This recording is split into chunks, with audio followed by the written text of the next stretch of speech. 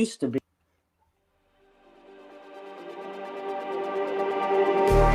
Just like the street lights lit this town, like a fire in a blaze, gotta burn it down. Can't be afraid to leave this out.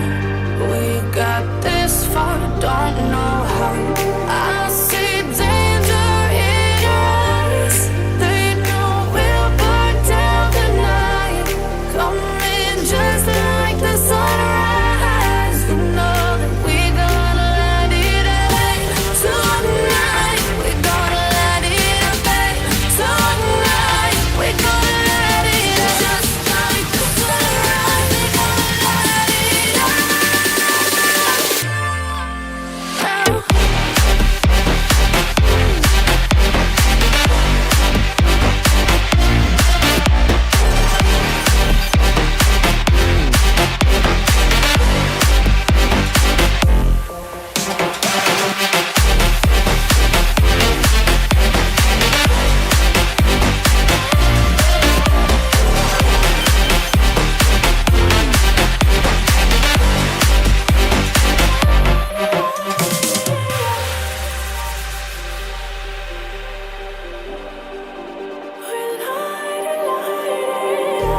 Just like a spark that's breaking out.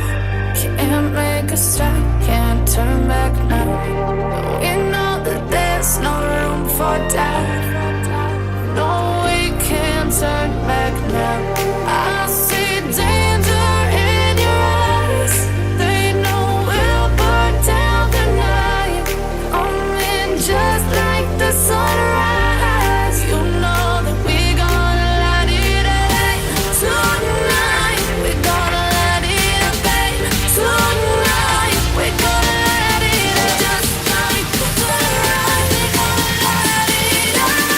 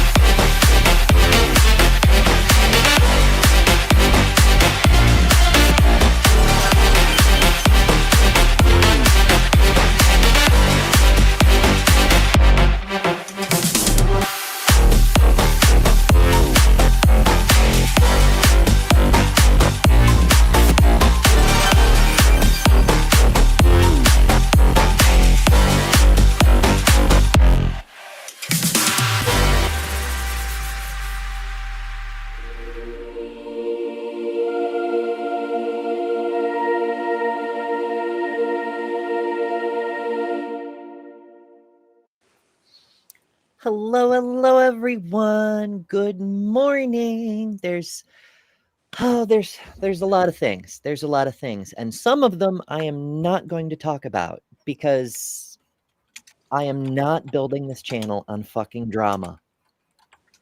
We're just not doing that. We're here to have a good time, to enjoy our community, and have fun with our friends. Hopefully, everyone feels like they can do that. I do want to tell everybody, the 24/7 stream, it's still stable. I felt confident enough about it that I didn't leave my computer on all night last night to check on it.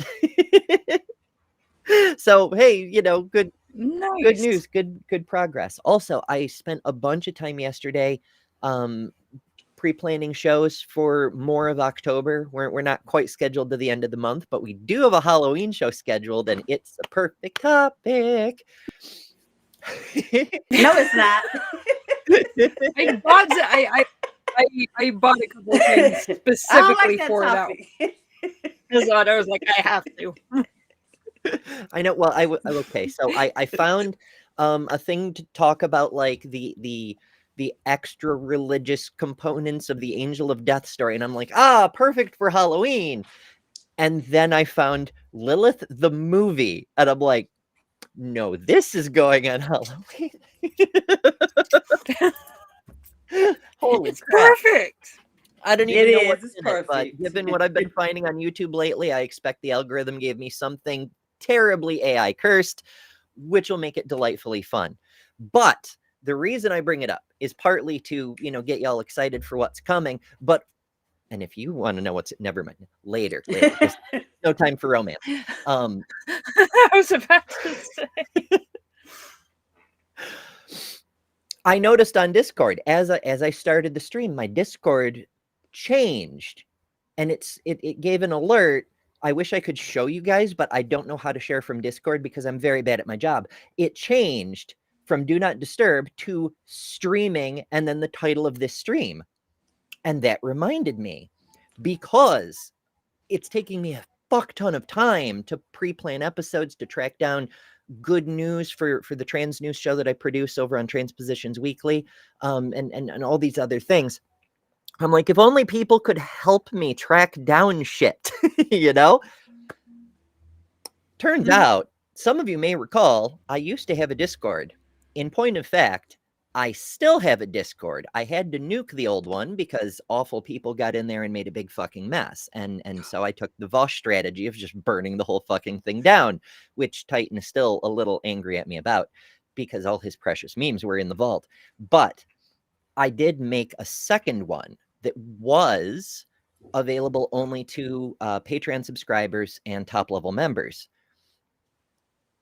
But partly because of that reason, no one ever went there. Like, it's fine. So I took that Discord, I opened it up, and the link to that Discord is on my website, betterthanember.com. I feel that's a safer place to put it than just putting it in the description of every video, because the only people who go to betterthanember.com are the people who want the stuff that's on betterthanember.com, not the haters. So I realize not as many people are going to join because it's in a slightly hard to reach place. It's an extra couple of clicks, but I feel like that'll make the community that is there safer. Asterisk. I don't know.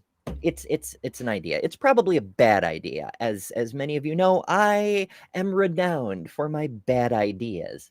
And that brings me to today's show. First of all, if you're new here, do remember to hit the subscribe button. It helps ever so much. And honestly, one of the many things that's been upsetting me, it's a way down there on the list, but it is one of the things, is that the subscriber numbers has been going backwards again in a big hurry. And it's minor details compared to other things, but it is on my mind. So if you're here, if you're enjoying this content, do hit the damn subscribe button and make me slightly happier.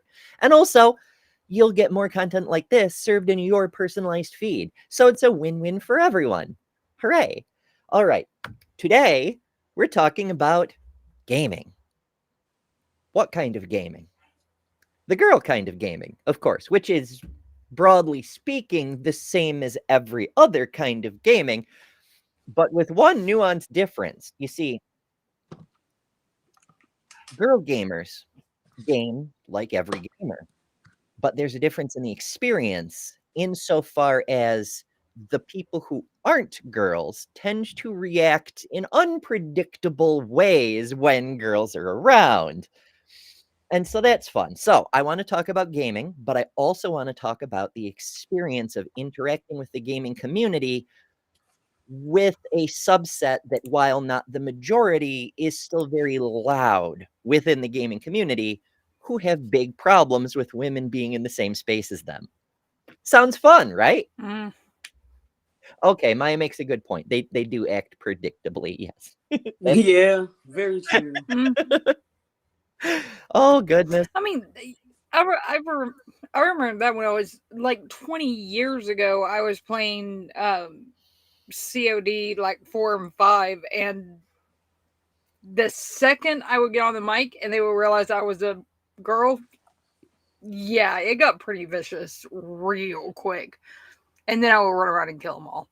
So in some ways it can be an advantage. That's worth pointing out. Like there's so much shit you have to deal with. But on the flip side, it can be an advantage in that you can use it to destabilize your opponents and make them behave in less than tactically sound ways. Oh, yeah. Oh, yeah. So I suppose the best place to start is what flavor of games do you prefer to game with? Like when we talk about gamers, we're usually referring to video game people because that's stuff that's done with computers and systems and online and technology, which is what most of us folks are doing. Even the people who are watching YouTube right now on their phones, it's still an interaction with technology. So there's a slight biasing towards video games, but that isn't the only possible option. And many of us nerds play all the things, you know. Vic Lit, a friend of our community, does a D&D game in the evenings on her YouTube channel. I haven't seen much of it because timing doesn't work out super well, but I've seen Jester there, Friend Love Bond there, a few other people who are also very often present in this community. And, you know, D&D is awesome.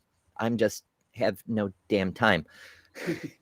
So the point is, you can play lots of different things. You don't have to be one flavor of gamer. So, Lil, you mentioned that you played COD. Was that like your main game? Do you still play stuff? I always called it I still do occasionally when I have access to a system and my computer wants to behave, but that's like it's been a couple years because I haven't had the best computer to be able to run the stuff that I want to. But especially like several years ago, I was a huge gamer when my kids growing up. My youngest son is named after a video game, partly. And I was also store manager at GameStop for like 3 years. Okay. So, Oh, cool. Okay. Hell yeah. yeah, you would. There were a couple games when I was a store manager that I would actually get. It was one of the biggest districts. The district was Dallas and a whole bunch of other places, but it was a really large district. I would actually get people from other stores calling me because they had customers asking, like, how do you get past this part on this one game? And I knew the game so well that I'm like, yeah, this is how you do it. While I'm sitting there checking other customers out and stuff. So I think I used to be a huge gamer. I need to catch up a little bit, but yeah. I think Maya may have out-nerded all of us. Naming a child after a video game character. Yeah. The funny thing, the funny story with that is we were not sure. We were not 100% sure whether it was a boy or a girl yet because he kept hiding every time we would look. And he's like, I think he's a boy, but it's like 50-50 because I can't really tell. And so we always had a girl's name picked out from actually my first son. We were going to use the same girl's name. I am sitting there I don't feel anything. I'm sitting there playing Devil May Cry. And we needed a D name, so he got the name Dante. Dante's a pretty good name. Yeah. Yeah. I love Dante Alighieri and I love the Divine Comedy, so I was just like, it works. Yeah, good enough. Also, another good name, Tori Swansiger, who uses a member Excellent chat name. for 2 months. Thank you, Tori. I appreciate it very, very much. Yes. And yes, there it is. I knew I saw something else pop up here. Lawrence from the Behold Network. Behold, $2. Thank you so much, Lawrence. And says money for you to play Roller Coaster Tycoon. We're gonna be rich, bitches. I don't know how to play Roller Coaster Tycoon. I've heard people talk about it. I don't know. Honestly, I feel like such a washed up has-been because I spend so much time working on YouTube. I played Terraria with Mark Reed last night on his member stream. I stayed up past my bedtime, which was very unwise on my part, but we were just playing Terraria, and it was fun to just kill slimes and fish and shit, you know? Mm-hmm. But like I haven't played a video game since the last time he and I played, like 6 weeks ago or so. I'm like, oh, I am bad at this. I'm a terrible gamer. So yeah, time can be an issue. Wow, that was interesting. Lil, your camera glitched and it looked like you were sitting there, and then the next frame you were just gone because you'd gone completely out of frame. Oh no, it's because I bent over to give Kip a hug. Kip's right here, and she's all looking at me like, "Pet me, please." Mm-hmm. The Oh, star of the goodness. show. Dr. Kip. Oh my. Yeah, always the star of the show. Either one of them. Secular Feelinist, not to be outdone, sends $2 and says, Morrowind and Deuce X are great classics too. Mm-hmm. I know I don't even know how to pronounce those. I'm doing my best here, folks. But yeah, I know. I'm like, thank what you. the Thank you, games are Secular. I those? appreciate that. I remember Pac-Man. I would. All right, so I've got a poll going probably. in the live chat. If you're watching this in the future or on the 24/7 replay, first of all, welcome, thanks, lovely to see you. Ring the bell notification so you can join us in future lives. We would love to see you in the live chat. That's where the polls hide, among other things. Also, where you get to use the emojis that come with membership. Bunch of other.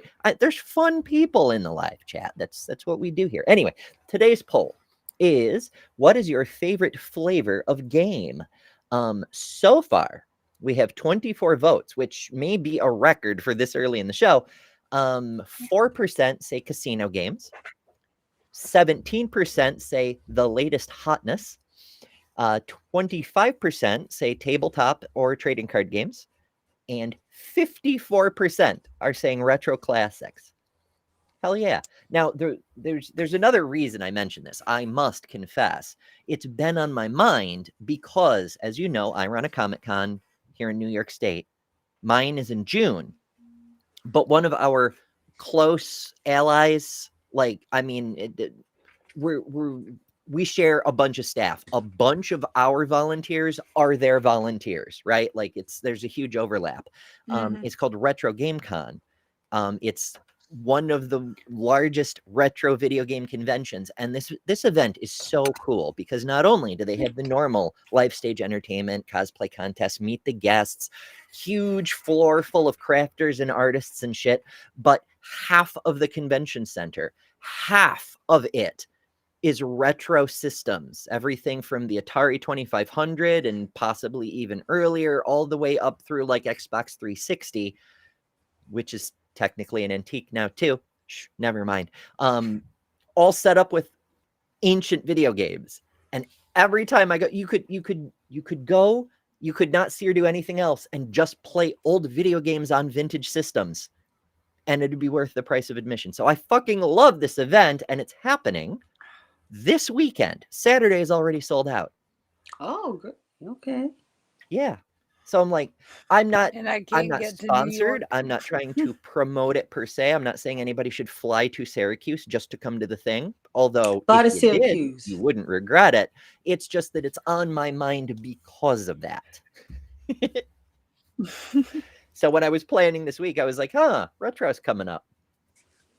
What about video games? Let's talk about video games. And other games too, but like video games. Video games are awesome. Yeah, they come up more often in these computer-driven spaces. C'est la vie. That's one thing that I do like, and those are Comic-Cons. I frequent those a lot. Maybe one day I will come to Syracuse and I will go to your Comic-Con. But yeah. You were at Dragon Con this year? Yes. I've been, it's my second year going. I love that kind of stuff. I go for BN, so I'm, but yeah, that stuff is cool.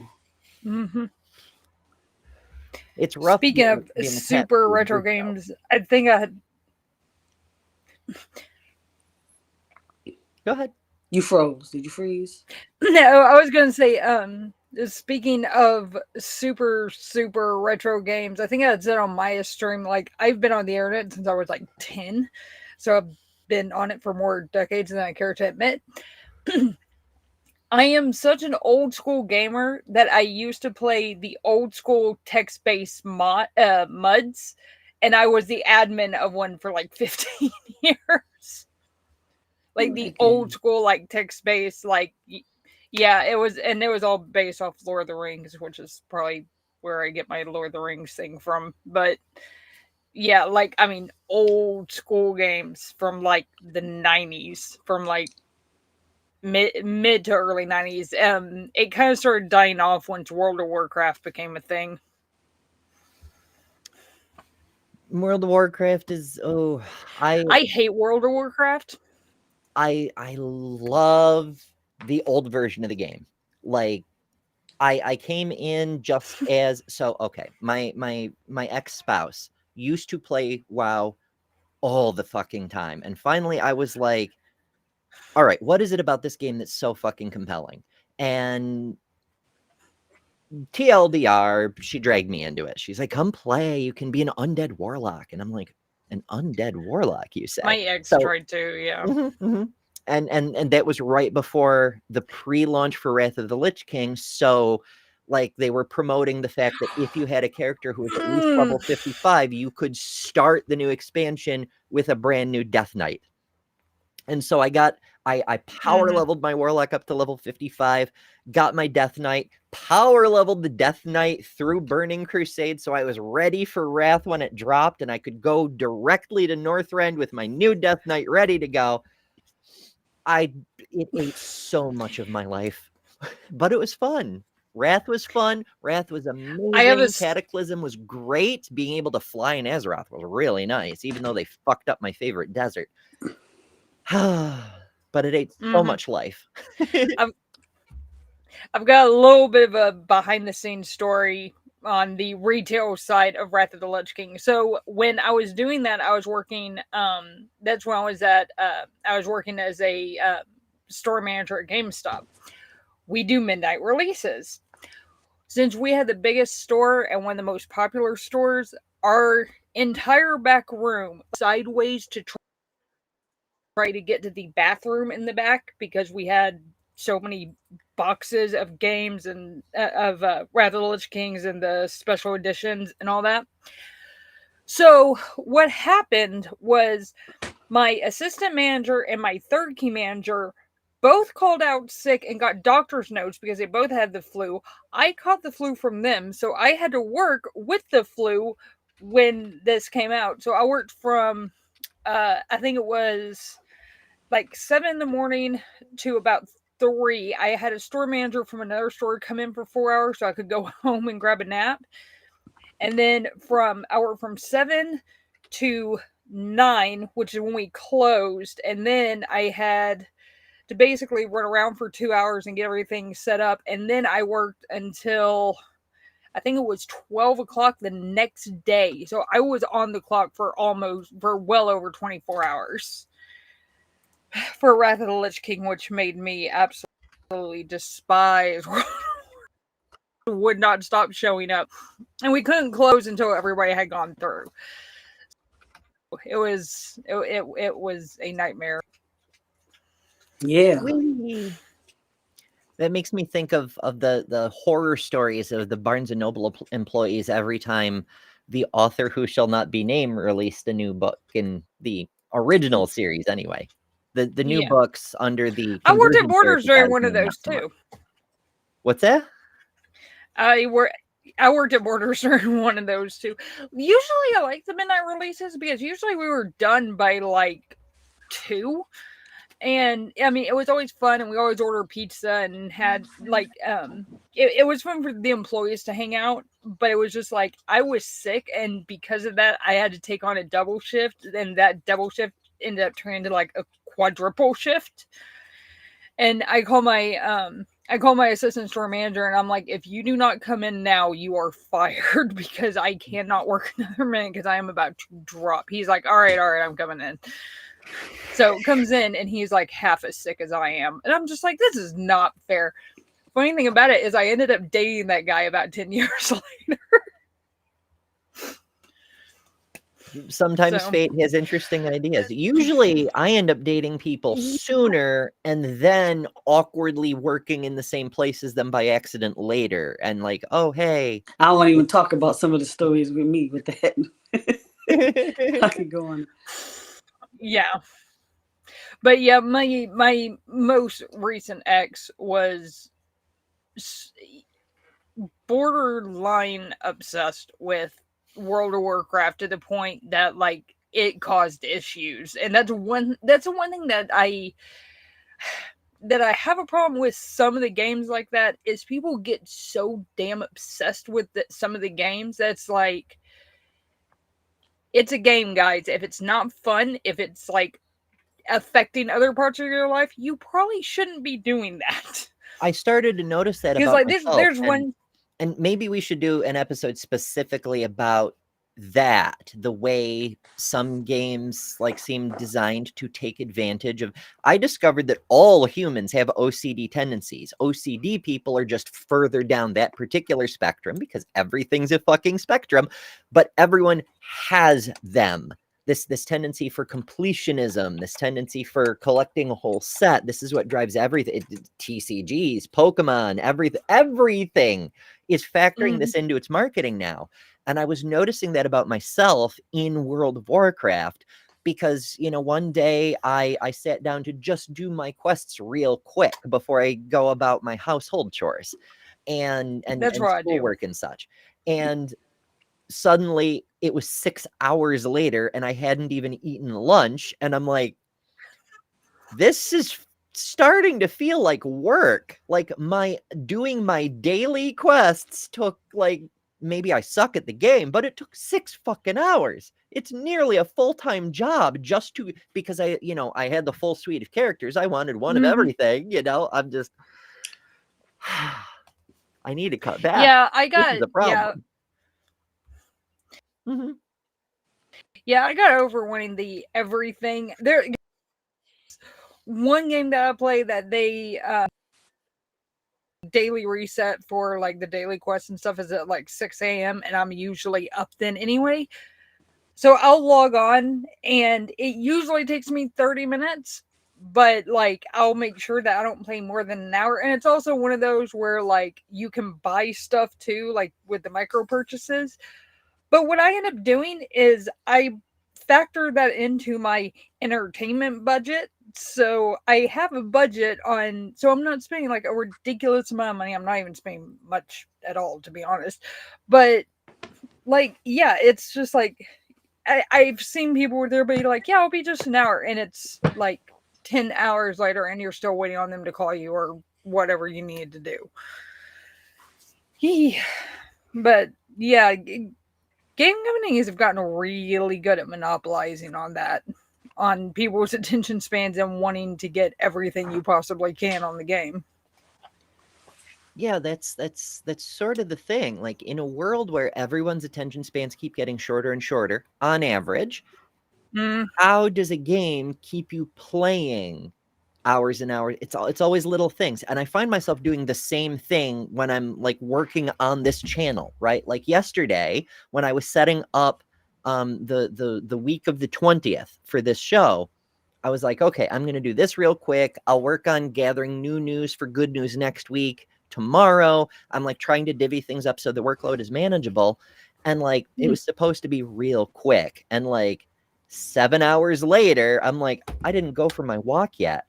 Fuck. And I still had 2 videos to find. And I'm like, it's this tendency of like, I'll just do this one thing. And then we get that goal mindset gets it in our head of just finish this task, get it done, and then move on. And sometimes the task is a huge time suck. Yeah, I am very competitive. And I don't like quitting until I win that task. I'm going to play that game or whatever I'm doing until I finish it and I get perfect on it. I'm not going to stop. And that's just my thought process. So I do play games. It was so funny. I went to the back cruise this year, and we went to the arcade. And all these games I used to play regularly, I went to like level 2 and lost. I was like, I used to get so good at these games. Like, I couldn't believe that I didn't, like, damn, I didn't even remember how to play. I mean, I knew the concept, how to play the game, but I didn't understand, like, how I do so badly in a game that I played every day. And I used to beat the game, like, just like that. Yeah, it's not like riding a bicycle, I guess. No, like, not at all. Get the same kind of I had muscle fun, memory though. for a thing. Yeah. That used to be Yeah, my it's passion. I it's used to go it's to so the wild. arcade every weekend. I went to the arcade. Mm-hmm. Then I remember how special when I thought it was so funny. And see how games are now? But when my mom bought us a Sega Genesis, 16-bit. Oh man, we was excited. No, 32-bit. I'm sorry. 32-bit game. Those graphics seem so like lifelike. Now look at the games I now. just I just realized both my aunt and my parents, because growing up I spent a lot of time at my aunt's house, they both bought me the original NES. I have been playing games, and especially like Mario and Super NES and all that, since I was like 3. That's a long damn time now that I think about it. Like I remember sitting there playing Duck Hunt when I was like 3, I used to love 3 or Duck Hunt. 4. Oh man. I did too. I Hmm. remember That stupid Knockout. That dog. was a game. Knockout. Yeah. right The Super before Nintendo games right there. right before Super Mario Brothers 3 came out, Nintendo released a movie that secretly had product placement in it. There was like a video game championship where they were going to do the world premiere of Mario Brothers 3, and even though it was like the first time it would Mhm. ever be unveiled inside the movie, which is actually kind of brilliant marketing, somehow the hero of the story knew how to find the warp whistle and shit, and it spoilers for a 40-year-old fucking movie, I know, Mhm. but I was like, that game looks fucking Yeah. amazing. Of course, the whole movie was about how this kid wanted to play this game so much that he like hitchhiked across the country and hid from creepy people. And it's like a whole thing. I think it was called The Wizard, maybe. And I'm probably misremembering the plot, but the point is, because it was 40 years ago, it was Mhm. seeing that movie that I was like, you can play video games at home. And so I pestered the shit out of my parents. It wasn't until the next year that they finally got an original flavor NES, which came with the original Mario Brothers and Duck Hunt on the dual Mhm. cartridge thing. And it was like my brother's birthday the following June that we got Legend of Zelda, and then my birthday after that we finally actually, so it was almost 2 years from seeing the movie until I finally got my hands on Mario 3, but by that point I knew where all the warp whistles Mhm. were. Oh yeah.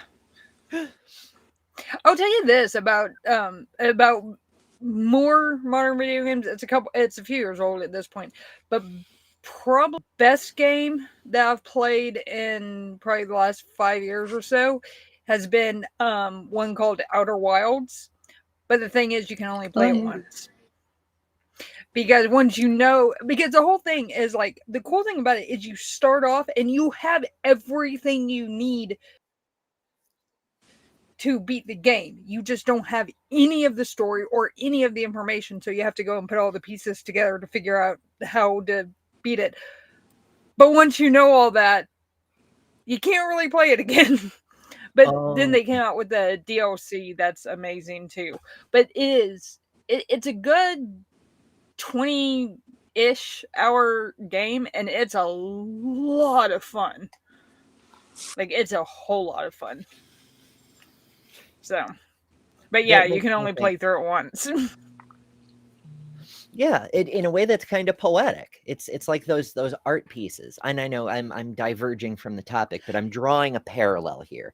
I've seen art pieces here and there where there's like a painting, but it's covered by another painting. And so part of the Yeah. experience of the art is you're supposed to tear off a little piece of the outer painting to reveal the painting underneath.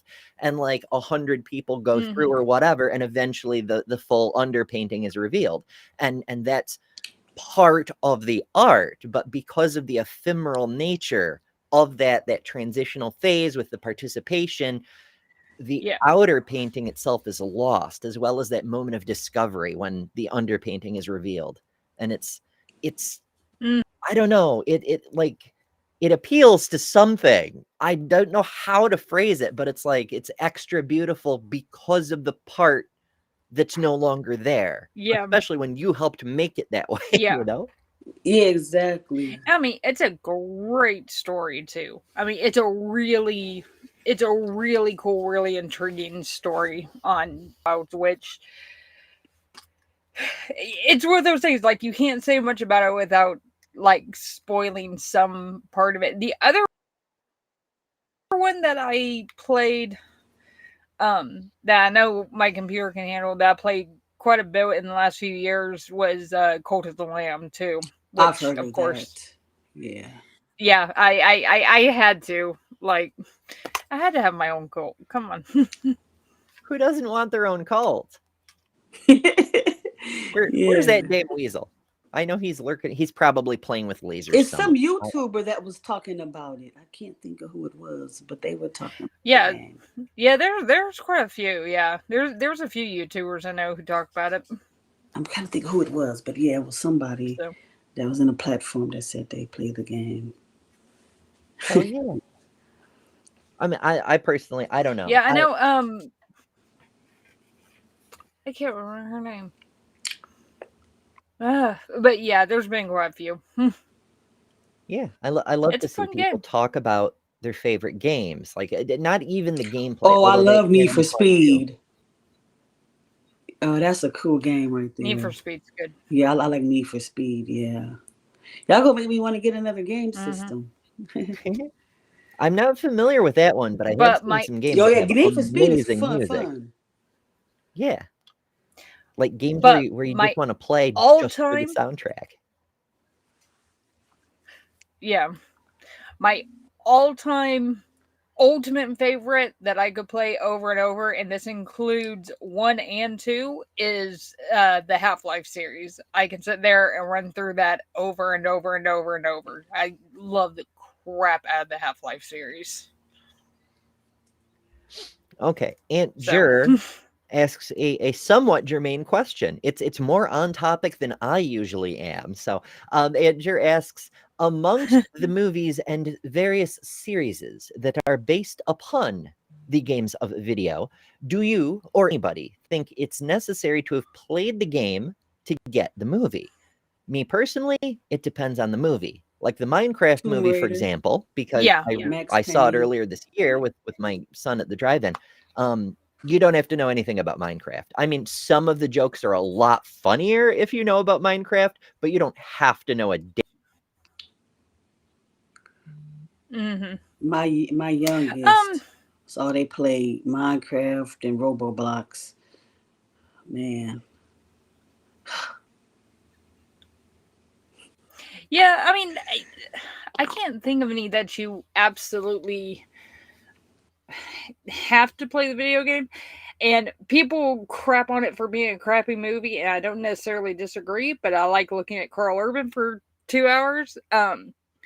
One thing I loved about Doom though is I love the first person shooter scene that they have most of the way through it's like 3/4 of the way of the movie, but they do like a good like 10-minute first person shooter, which is just a total throwback to the game. And I was playing Doom when it came out, and I was playing Wolfenstein, and I was playing all those games. So that's just like, yeah, I like the old school. Did she disappear?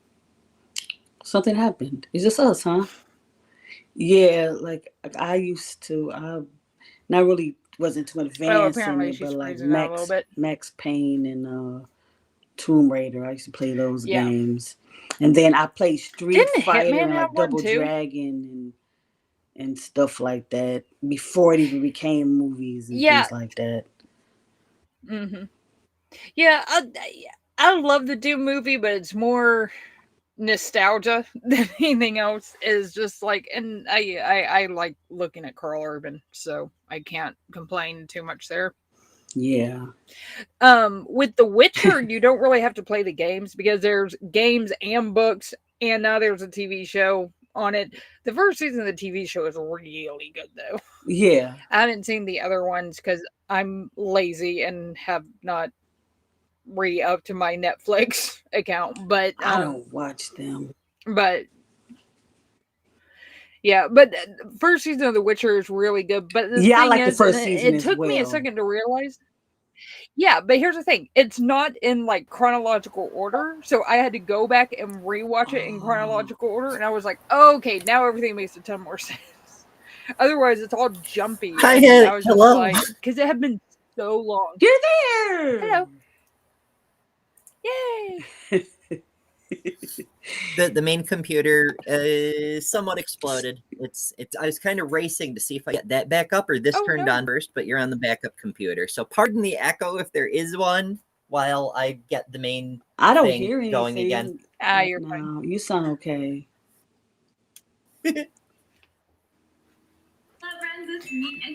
Usually the echo prevention filter works okay. Oh hey. Now I hear the echo. Now there's an echo. How lovely. Yeah, but I, it's playing games is for me at times it's a lot of stress relief, Yeah. and it helps calm your And nerves and stuff like that. I'm not sure if I want to Except the admit action this, games. but yeah, I don't know if I want to admit this, but I play the ever living crap out of Sims, and I'm still on Sims 3 simply because I poured so much damn money into that game. I can't let it go yet. Slippery The slope. amount of hours I have on Sims 3. That's What another did way you to say? get Me? Yeah, the game you said you played. Yeah, the amount of hours I have on Sims 3 is Oh, my daughter, my oldest, utterly she's a absurd. Sims person. Oh man, she loves Yeah. Sims. Oh, I love the crap out of Sims. Yes. The amount of hours is truly absurd, and nobody but me will ever know that number because Her what I expansion used to packs and do is, all that. especially when I was working, I've got all of them, and of course I've got the Mermaid expansion pack too. But what we used to do is I would just leave that running, like I would set up my Sims and everything, and then I would just leave it running in the background while I was working or whatever, and just see what happened to my Sims because it was always fun to do that. And then the other one that I played far too much was the Civilization series. I actually played Civilization series through most of my bachelor's degree when I was in classes because I have my laptop Yeah, up, you so I'd be wasn't sitting there studying, playing you was playing the Civilization all games, huh? Well, I can kind of multitask with that. Like Okay. I'm one of those people. If I hear it, yeah, if I hear it, like so, like if someone's going to remember it, I'm not going to forget it. I rarely need to take notes if I hear it. It just ended up where I would be sitting there listening, taking notes occasionally when I thought I might need to, and I'd be just sitting there playing Civilization in my world civilization class. I probably just have the recorder on and taping. That's what I used to do. Now you can put it on your phone. I used to have my tape recorder because I went to school in the 90s, and I would have my recorder on. Yeah. And then I would take notes from that. Never used them. So I wouldn't even pay attention. Yeah, just there. I used to do that, but I never ended up using the recordings, so. But yeah, it's yeah. I miss having a laptop that could handle games like that because I had a really nice one back then. So. But you know what else is really nice? Assuming my mic is still working. Oh no. Yes, I can hear you. Okay. Yes, it is. My screen is frozen and I don't know what the hell's happening. But what else is really nice is Jester sent a super chat. Oh, that's lovely. $5. Oh. While I was away. So I'm like scrolling back trying to catch up. And okay. So thank you, Jester. And Jester says, okay, how many people here will hear the NSF music and feel an automatic need to find a racing game immediately? You race to the racing game, perhaps. Just me? Damn. Mm-hmm. And then immediately people are like, M's frozen. No. So clearly, blame Jester. But yeah, I haven't hit Also, like this in a so while. I much. probably have too many windows. That's why I use the software, is because trying to run directly through my OBS tends to crash the system because my poor computer is over 2 years old now and just can't handle things.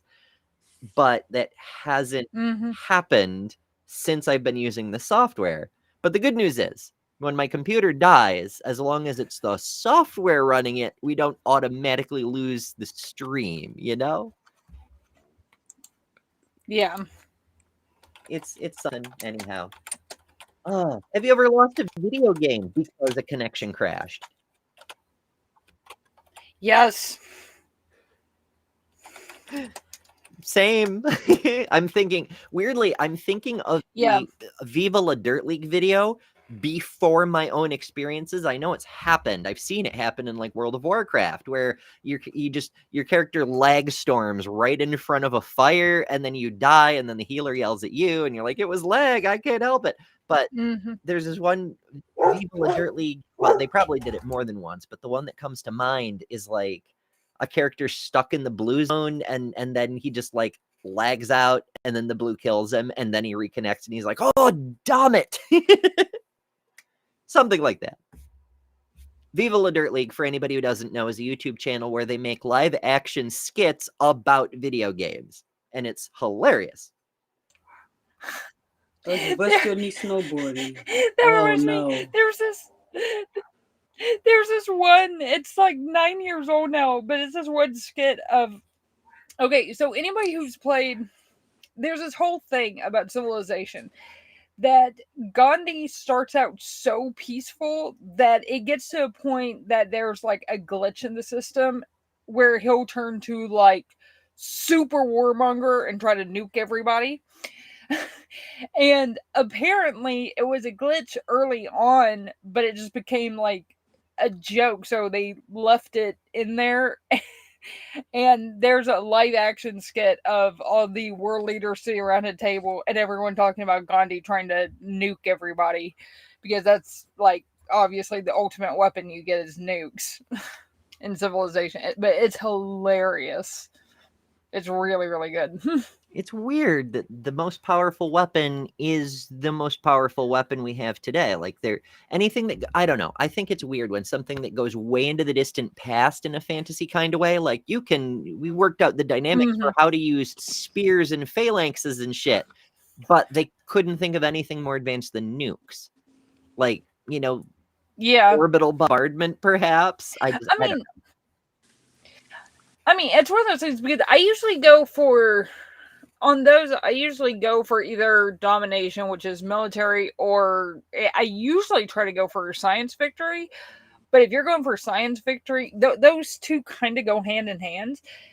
And if you get close to the science victory and other people are not happy about it, they will start trying to nuke you, or they will start trying to go to war, and it's just a lot easier to have a ton of nukes and then just nuke them whenever they try to come after you because you're about to go to space. So,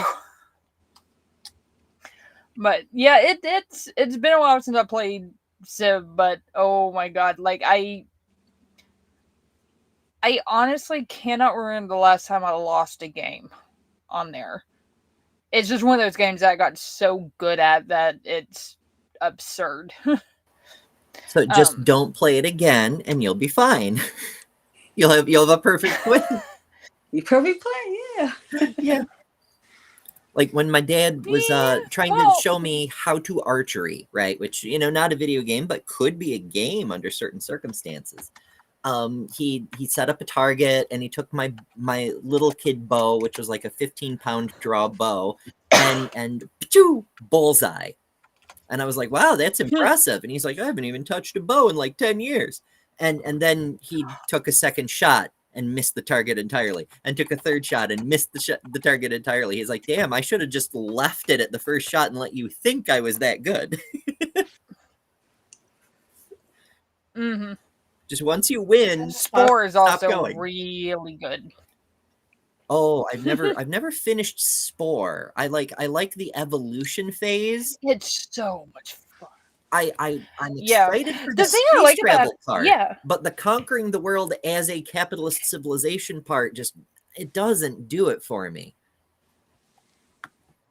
It's what the one thing I like about it is because there's the 5 different stages. Is like there's basically 5 different types of gameplay in there, and the taking over the world stage, like I can get through that real quick. So I'm just like, meh, I get through that just so I can get at the space stage that I want.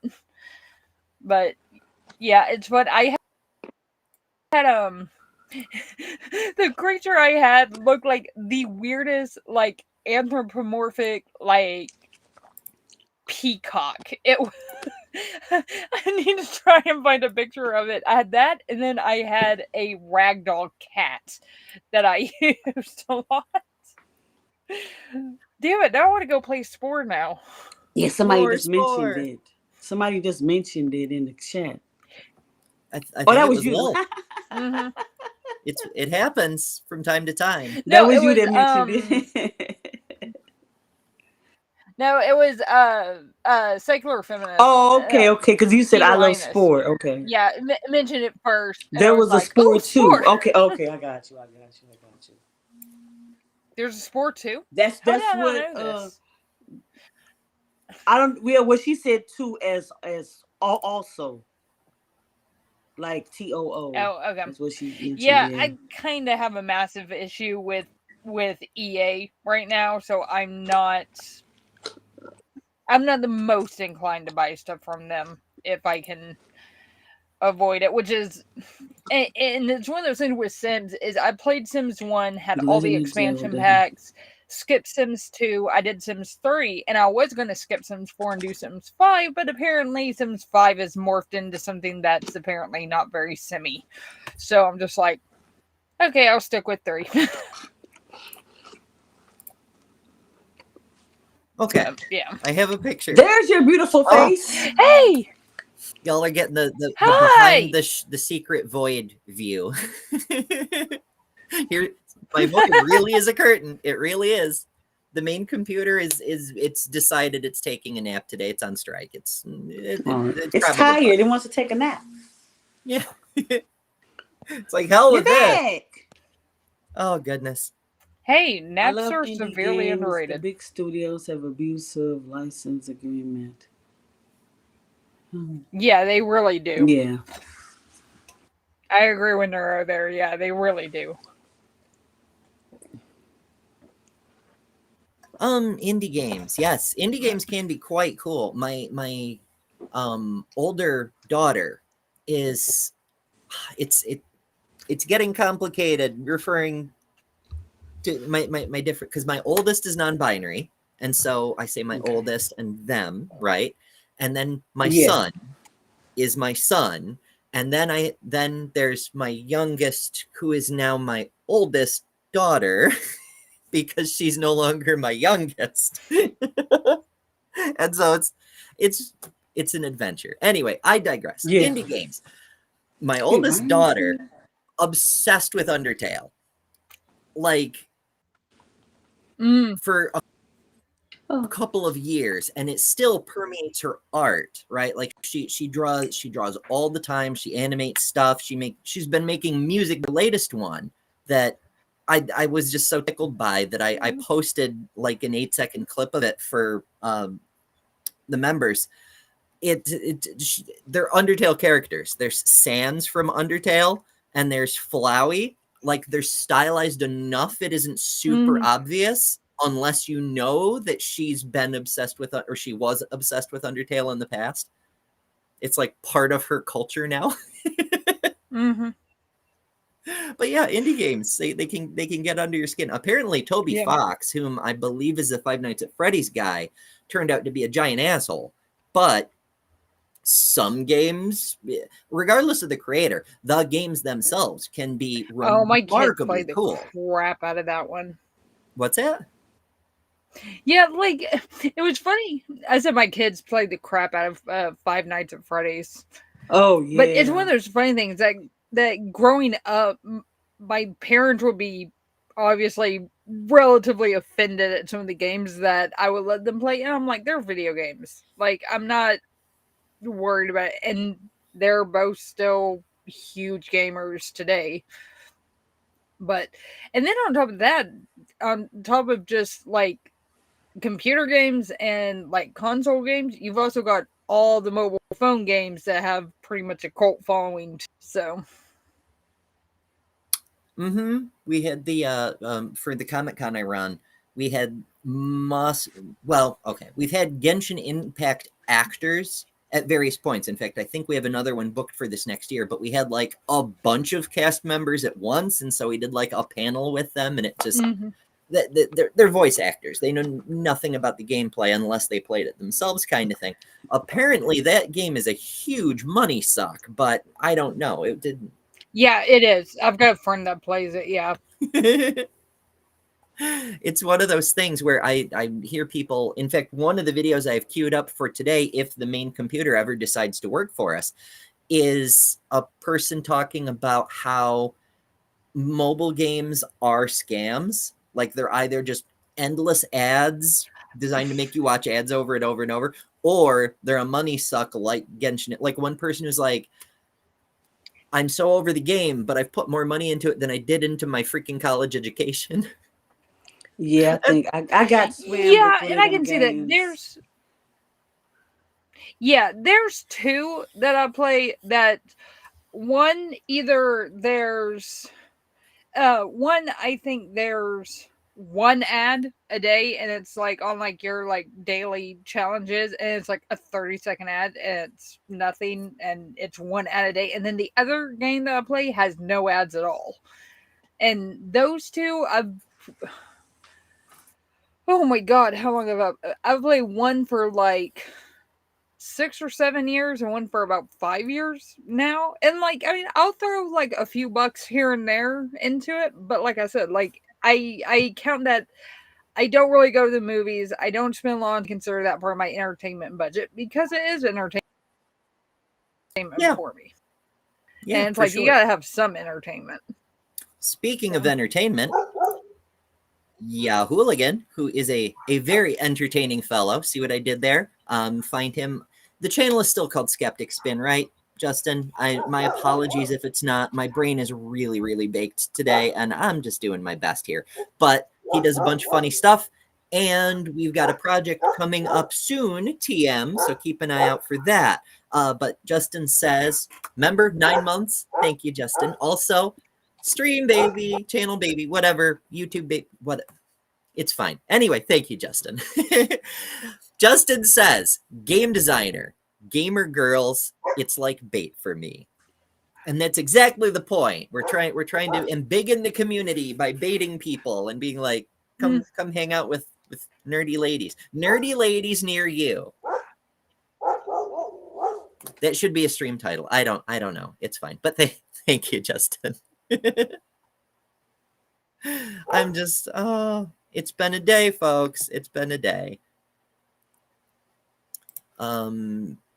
Justin says, Kip will not shut up. This just in. No. This just in. You may be my favorite Canadian now. I was just saying that if you want my attention, talk nerdy to me, but if you want my heart, bring the puns. And here you are calling your channel This Just In.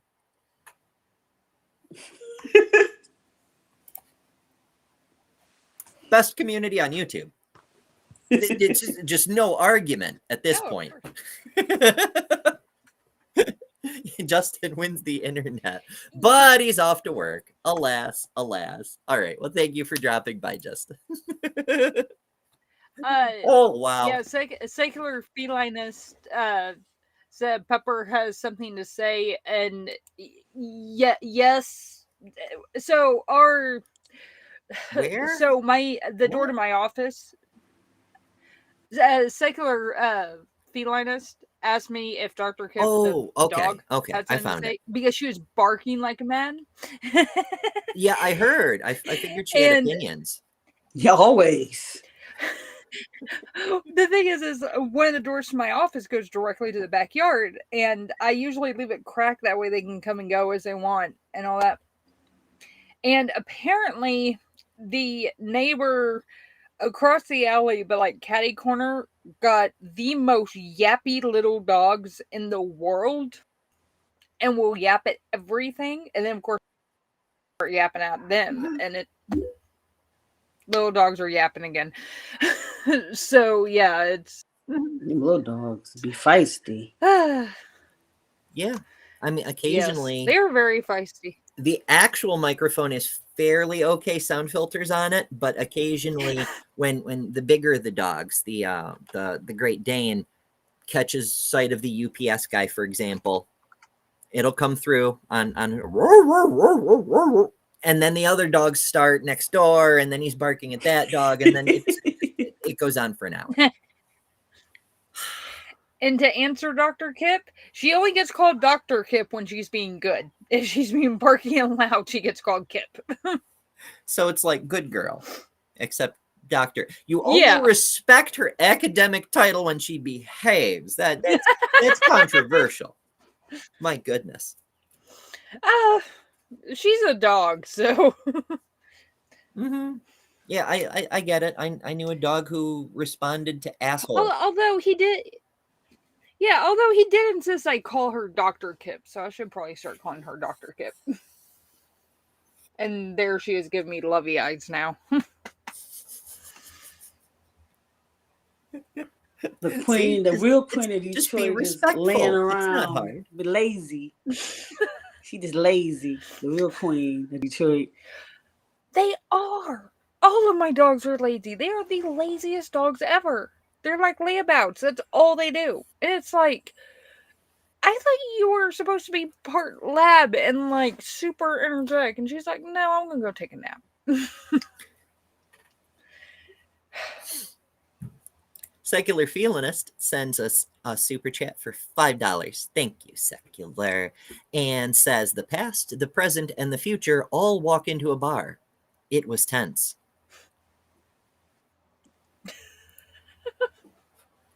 Language jokes. The Bluetooth device is connected successfully. No one asked, but thank you. I'm trying to get the main computer to restart again so it'll actually work, maybe. I just, don't get me wrong, this laptop is fine. It's just like 12 years old at this point and can barely run Chrome, so... Yeah. It took me so long to get the camera turned on. Yeah, like my laptop is about to fall apart, and I use that only for emergencies when like I have to get thumbs done for when I have to get thumbs done for Kyle. But yeah, like I need to get a new laptop so bad. That's on my next big to get list. I'm sorry. I just can't. As you know, I'm very poor. I can't afford one, but I didn't afford this one either. Yeah. As many of you are aware, I was until fairly recently a professional photographer, and I've always known people who aren't very wealthy, which is probably why I'm not still a professional photographer. Unfortunately, you have to know people who are very wealthy. It's not how good you are, it's who you know, like with many industries. But I digress. One client couldn't pay me, but had this isn't like a top of the line laptop, but it's like a fairly good backup laptop, but it kicked the shit out of the computer I had at the time, which also was 10 years old at that point. And so I was like, can I pay you with laptop? And I'm like, yes, please. Because I'm like trying to run modern Photoshop on a computer with like a 1 gigabyte hard drive. Like the whole hard drive is 1 gigabyte. I'm like, oh goodness. Oh, wow. Yeah. So yeah, it made life a lot easier. So I got this laptop in payment for work, which is nice. But it also means I can't replace it. Like, yeah, I mean, I can usually replace my computers usually about. I try to save up, and I can usually do about every 5 years, but it's going to be about 6 years now because now I have to pay for a divorce. So jolly. Hooray. Isn't it interesting that divorces cost about as much as your standard run-of-the-mill laptop or a very high-end tablet?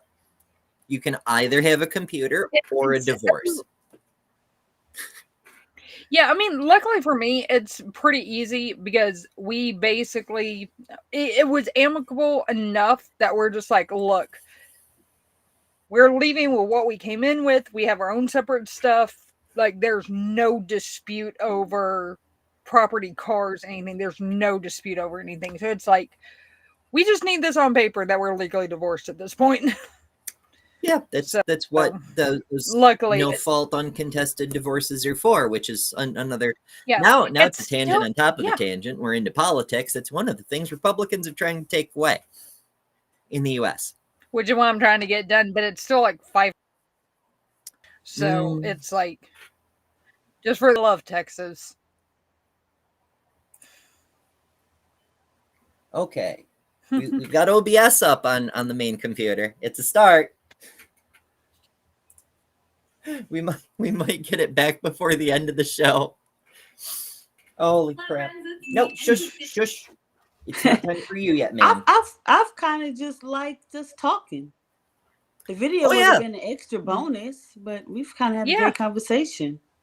Mm-hmm. Yeah, I just didn't plan anything, and so I it's my security blanket to always have a backup. Oh yeah. So that if we end up with like a dead spot and nobody's got anything to say, fortunately with 3 of us, usually somebody's going to have a burst of inspiration and be like, hey, so what about video game versions of tabletop games like Digital Monopoly or online poker? Not a fan. I like the tabletop version. I will tell you the best tabletop family game. Has anyone ever played Spoons? Oh, what now? Okay. Hush. Has anyone ever played Spoons? I mean, I don't know. What do you call it? Break? I play a game like Breaks. Okay. Okay, I don't know what Spoons. Okay, Serena. Maybe I haven't. I don't know. Okay, so you have a deck of cards, right? And the bigger the group, the better. Yeah, the bigger the group, the better. Now, growing up, it was me, my mom, my dad, my grandmother, my aunt, my other aunt, my uncle, and their 3 kids. So it was like a huge group of us, especially like Christmas and holiday stuff. One person starts out and you start passing cards around, and first person to get 4 of a kind will very quietly grab a spoon. And then once that one person grabs a spoon, everybody else can jump in. I have literally seen members of my family jump across the table to grab spoons. Like full on dive across the table. It's like it's so much fun. We're all like way too old because we're gonna end up getting hurt too bad if we try to do it now. But it was so much fun when I was a kid. And the thing is, I was like 10 playing with them, and I would still win because it was just like I was so small that I could just like sneak in there and grab one. And quicker reflexes. But yeah, it was shorter arms. First of all, quicker twitch fiber responses, all those sorts of things, but also because you have shorter limbs, the nerve signal has less distance to travel, so you can be quicker, in theory. It's probably true. Probably. It's so much that's the one thing that I regret about not having a huge family now is not being able to play Spoons. With like the entire family. It was so much fun growing up. And there were always rivalries between my mom and this one cousin and my aunt and this other cousin, and so like they would both like be jumping across the table at each other trying to grab each other's spoons because there was enough spoons for everybody minus 1, so one person wouldn't get one. Musical chairs but with spoons. And yeah. Oh my god, it was so much fun. I don't know if it's obvious. It was so much fun. But I'm a Black person, and what? I know it's not obvious that I'm Black. Really? But I am. But anyway, Black people, 2 games, card games. Bid Whisk, that's the older people. Like my grandma used to play that game, and then the spades. Them 2 games you don't play. That's serious fight. Ooh, that's a game. That's I haven't played spades in a that's long a game. time. You don't want to start them when you play spades. I learned the basics in high school, but I didn't really play it until I was in the Navy. And We played it a lot. I'm not going to say it's because there were a lot of black people, but that's why the games were happening. And,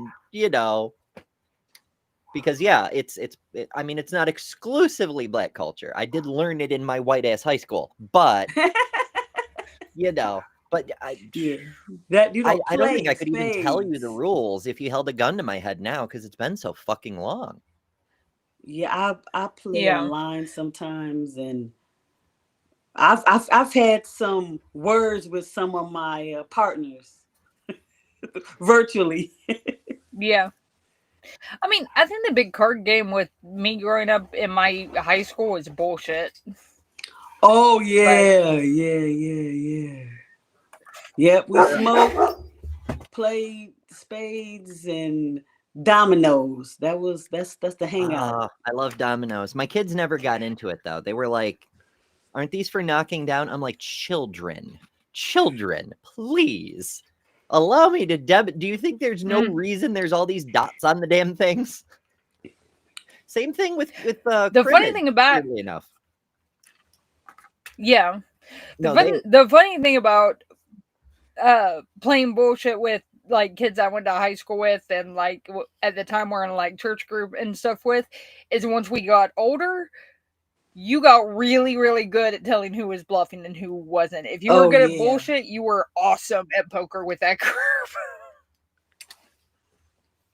It's been I a won a lot minute of money since I've from them. actually They weren't happy. played. I don't know how good I will be. I probably would need to refresh myself a little bit. I used to be pretty good back in the day, though. Kip asks, "Is spades anything like hearts?" Like I said, I couldn't tell you the rules if you put a gun to my head, but I have the vague recollection that there's a lot in common. But that's Yeah, about as far as I can go. I remember when I first learned how to play. Every time you lost, you had to have a shot. So Oh let's just say how I ended up no! being at the end of the Yeah, night. there's definitely some card games that I've played with those rules where I tried to get up from the table to like go to the bathroom or something and knocked over the table because I Yeah. lost so bad. You gonna learn how to play one way or the other, girl. Yeah, but Jester asks for assistance with dominoes. Okay, actually, Jester may be doing the double talk thing, the entendres, not the dirty kind of entendres, but like just a double layer of meaning. Because Domino's is also a pizza place, and so there may be a thing there. I actually used to work for Domino's when I was in college, and it's pluses and minuses, but in hindsight, it was one of my favorite jobs because it was much more flexible, and when tips were nice, it was nice, and I could lollygag and hang out. And also there was pizza all the time, and I gained a lot of weight, I but like it was their cheesy bread. tasty. Yeah, I like their cheesy bread. Like I'm severely allergic to tomatoes, so I have to be extremely careful when I eat pizza. But yeah, like I always get their cheesy bread. It's so good. Yeah. There's a lot of good stuff. I was there when they Go rolled out the fish. new line of bread bowls, and they added like and the subs. The subs was the big one because to make the subs, we had to start putting lettuce on the veggie line because we didn't have lettuce before because you never put lettuce on a pizza. Why would you? But once we had lettuce, I was like, you realize now we can make salads. And they're like, what do you mean? And I'm like, McDonald's is selling salads for like $7. We can make salads and charge, make it part of the freaking 3 things for $5.99 each deal and make a fuck ton of money. People will, because there's always somebody when you've got a group of people and you're going to order 3 things. If you have a group that requires ordering 3 medium pizzas, there's going to be someone who's like, I would rather just have a salad. They will take the salad, and then you only have to make 2 pizzas. I'm like, you'll make so much fucking money. They didn't listen to me, though, but what do I know? I mean, I'm only the person who, okay, way back in high school, Little Caesars Pizza. You may or may not be familiar here in the Northeast. They run commercials, pizza. You used to be able to get 2 pizzas for a certain price together. It was a thing. Pizza. Some of my friends worked there. The old managers got fired, and then my friends ended up being like triple co-managers because they were the only people with experience at the store. Yada yada. Fast forward a couple of years, I was like, why isn't there drive-through pizza? And they're like, that's dumb. Who would get drive-through pizza? Pizza that's just been sitting in a heating rack for ages. I'm like, why don't we try it for science? And because, they were teenagers and I was a teenager, and I'm also a very loopy person who comes up with goofball ideas. Long story short, the hot and ready pizza thing. Awesome goofball ideas. Yeah. The hot and ready pizza thing that Little Caesars does now, we started at our store. Because it worked. Oh, nice. And that has saved my butt so many times when my kids are like, I'm hungry. And I'm sitting there, I'm like, I really don't want to cook something. Let's go get pizza. I've used it myself from time to time. Like, my sister, now don't get me wrong. Little Caesars is, especially the hot and ready pizza, it's like the bottom tier of pizzas. Well, okay, it's one above freezer pizza, but it's the fastest fast food. You walk in, say, give pizza, they hand you pizza, you're done. You have food now. Mm-hmm. Like, nothing is faster. Nothing is faster. Yeah. So there have been many times when I have no time and I would just stop in and be like, pizza me. And then I just eat slices while I drive. And then I would eat too much pizza and gain a bunch of weight. Oh, I've never had a taco pizza. Value. Like, I don't know what they're charging now, but for the longest time, it was $5 for a large pizza. Like, yeah, it's still pretty cheap here. I mean, yeah, where I'm at, we've got like Little Caesars, we've got Domino's and Pizza Hut. But our Pizza Hut, I don't know what is going on with our Pizza Hut, but our Pizza Hut sucks. Man, I miss the old-fashioned Pizza Hut when it was in a restaurant. Why'd they stop that? We still have that. I don't know what it fair. is with like either the manager or the franchise owner or something, but like their pizza is not the same as other Pizza Huts. But yeah, it's like Little Caesars or Domino's, and I always get the cheesy bread anyway, which is just dough and cheese. So yeah, it works. Our Pizza Hut in our areas, they used to have lunch buffets. It was only between like noon and 2 or whatever, but they had pizza. They had this other dish that I've still never been able to find anywhere else, and no one knows what it is. It's sort of like a lasagna, but it's not, because it's pizza, but it's deep and it's multiple layered like a lasagna. Mm-hmm. And I don't know what it's fine. It's fine. But yeah. They had it. Some I get for little kids at a party. Yeah. That's what I do. Sir Little Wolf says off topic. Sir Little Wolf, I know I've seen you in the chat before. Mind your business. To tell you, off topic is on brand for us here. Yeah. Like I was noticing that we're like so far off, and I'm like, how did we get here? Oh, right. Okay. Jester. Blame Jester. But think about it, though. Mm-hmm. Most of the time when you're playing video games, you're eating pizza.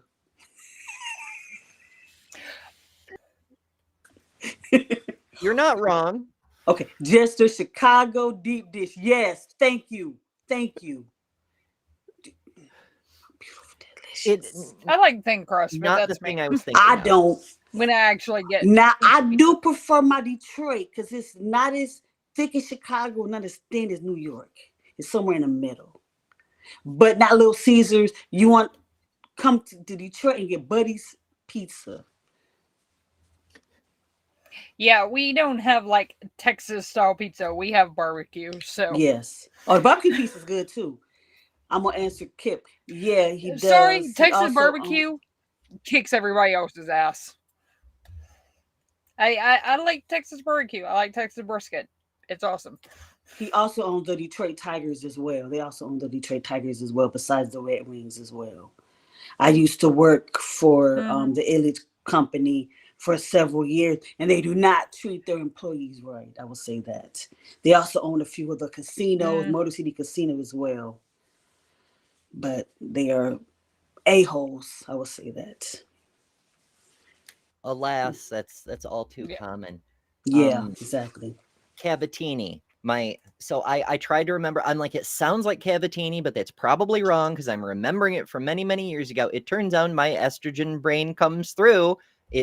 I'm remembering things further back that I could not remember before. It's not the point is my brain works much better now. My memory is so vastly improved. It blows my mind. It is apparently Cavatini, and they have copycat recipes on the internets. Yes. I don't know what it looks like. There's pasta in there, which I guess would be why it rememberates as a lasagna kind of thing. Maybe I'll try to make it because I remember it being like the best thing ever among several other best thing evers, but never mind that.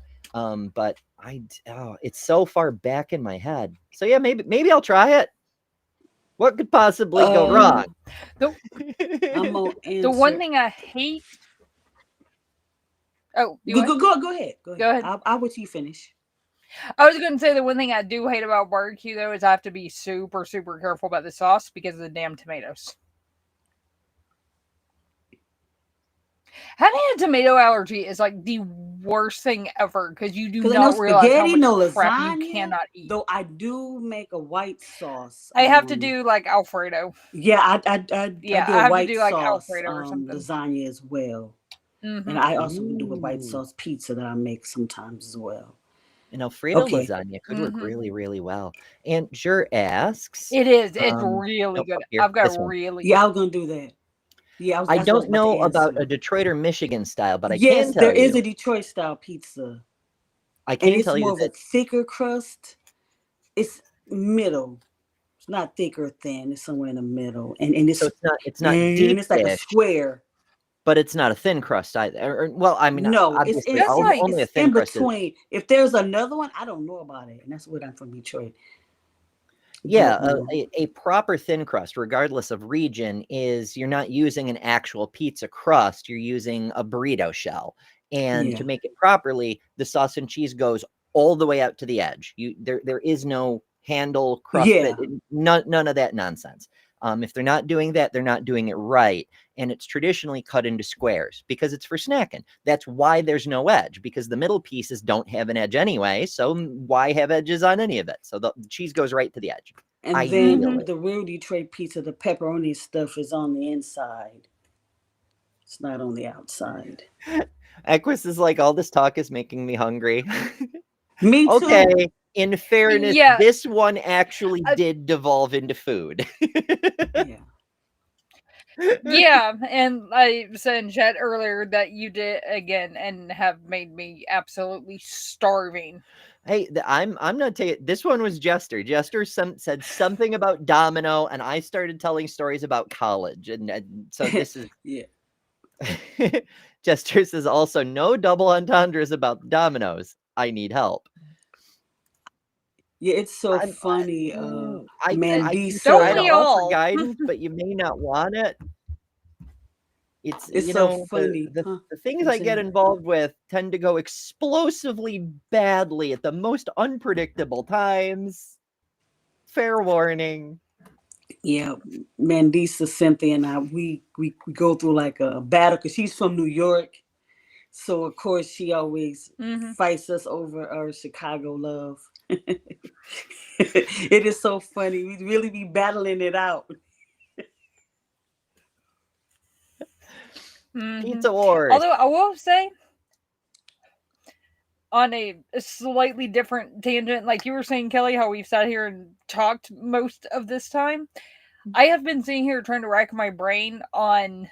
I guess I wanted to do live streams, but I didn't really want to veer into the territory of the other ladies that do live streams. And I'm like, you know what? I might as well just do a live stream where I invite people on to talk about random shit and see what happens.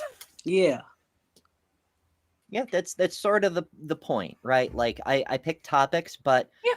I'm I'm kind of like a hybrid between a morning show where there's intentionally no real topic so that it's just banter for people to have like a space to have like lightness and community and whatnot, and actually covering things that matter. I do try to cover things that matter, but I also don't want it to be like, Mhm. okay, guys, this is super serious. We need to focus. We need to take political action and have it. Now, don't get me wrong. Taking action is important too. I'm not saying it isn't. I'm saying I don't want this specific Mhm. show to be that, you know? There needs to be a show, at Yeah. least in my view, where it isn't that. I am going to go back a little on topic and talk about what the women and gamers and things like that. And it's so funny. I have seen a lot of like Reddits or other things where men try to justify where they feel that women should not be gamers, that it's a man's thing. And it was so Mhm. funny. You talked about you was in GameStop.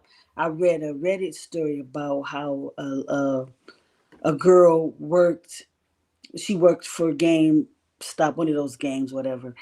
And she was very Mhm. knowledgeable and knew games probably more than any of the other men in the store. And the manager was an older, maybe my age type of guy, but he wasn't really, he didn't know about no games and stuff. So a lot of times the men, she would Mhm. ask him, do you need help? And they would walk past her to go to the nearest man, who would I then got would that a refer her lot. back to her because she knew the games more than they did. It was so funny, you know. Yeah, it cracked me up because I'd be sitting there and someone, and of course, like mornings were always really slow. So like before lunch, there was one, maybe two of us on a busy day, but weekdays there was like one of us in the store. And there's so many times that a guy would come in, ask me a question about a game, and I'd be like, yeah, I think that's the case. Let me check real quick. He'll be like, well, is there somebody else I can talk to? Well, I've got the answer right here. And they're like, yeah, can I speak to your manager? And I do the whole like, sure, just a second. I walk in the back, walk back out. Yes, hi. Oh, They're okay. like, you're the manager? I'm like, yeah, I'm the store manager. Like, I know what I'm talking about here. But I mean, Exactly. But it's not only that, it's this was like late 2000s, early 2010s. yeah, So it was still really, yeah. yeah, it was still really of people being like, oh, you're a girl. You have no idea what you're talking about. And You it's want to a play me on weird Mortal Kombat thing. right Exactly. now? Like, It was one why is that story even a they were talking. prejudice? Like, and we I'm see it sorry. resonating all over the place, right? Like from Gamergate, which Hmm. surprised people because it's like, what year is this? And you think girls don't play video? Like, what? How Hmm. unplug, touch grass? Holy shit! All the way up through that controversy, was it earlier this year? It's been a long fucking year, folks. But people making a big stink about a trans woman playing chess. What? Why is there even a separate league for women? Like, it's I know why. Exactly. It's not There like you need shouldn't your be. physical. Well, When I okay. was growing up, Little bit of I was sports on the history. wrestling team. I was on the baseball team. It was a few people that Hmm. said some things about it, but I could better play a lot of the guys on the team. Hmm. I won a lot of my Yeah. matches And that's exactly why. Yeah. Like if you look at against every guys. sport that's divided, may probably not every sport, but so many sports that it's not even an exaggeration to say every sport. If you trace it back, you'll find there used to be just one league and then a woman won.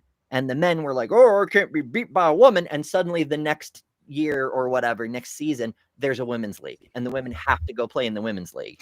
And of course, yeah. And of course, like women's sports are not anywhere near as popular or as funded as the men's sports, which Exactly. drives me absolutely nuts. Eh, And the thing is like I can think of several women that you could put them up against, like they could easily be professional athletes. There's one lady I know who What plays did they say? softball and baseball so well. I would be surprised if she was not like she could easily be in the major leagues. She's that good. But she's a woman, so she can't. Which is fucking wild. Okay, so this is of course betterthanember.com. Here on the Woo! gender side, we've got the sexist Okay. sports myths. Now, this is sports, not esports, but a lot of the same bullshit obtains. First of Yeah. all, we've got a cis woman dominating men's wrestling. We've got a cis woman dominating a co-ed ultra marathon. And these are just a couple of examples. Single examples are enough to prove the thing, but you can find, we're out there, right? A trans man boxer who at the time was undefeated against cis men. And my favorite for this example is the cyclists. Women's sports exist to preserve the male supremacy illusion. And what happened in this case was there was a cycling race in Belgium, I believe. I could just open the story and tell you, but to summarize, they had the men's race separate from the women's race, but on the same course. And so the men started first, and they gave the men a 10, 15-minute head start to make sure the two races wouldn't overlap for some reason. And so the men started 10 or 15 minutes ahead, and then the women went. And some of the women started to catch up to the men. And then some of the women started to pass the men. And so they stopped the women's race so the men wouldn't feel intimidated. They Wow, made them that's pause crazy. to let the men get ahead again so that the women could not beat the men. And it fucked up the race because you can't be racing, and then stop and wait and still be in race mode after, right? Like you can, that fucks up your athletic performance. But it doesn't matter because the women are also allowed to play as long as they don't dare challenge the men. And we're still doing this shit. It's all about the fucking ego. I'm going to answer Theo radically. I think the top chess players are always men, but could be lack of exposure, like in many fields. I agree with that. Sort of.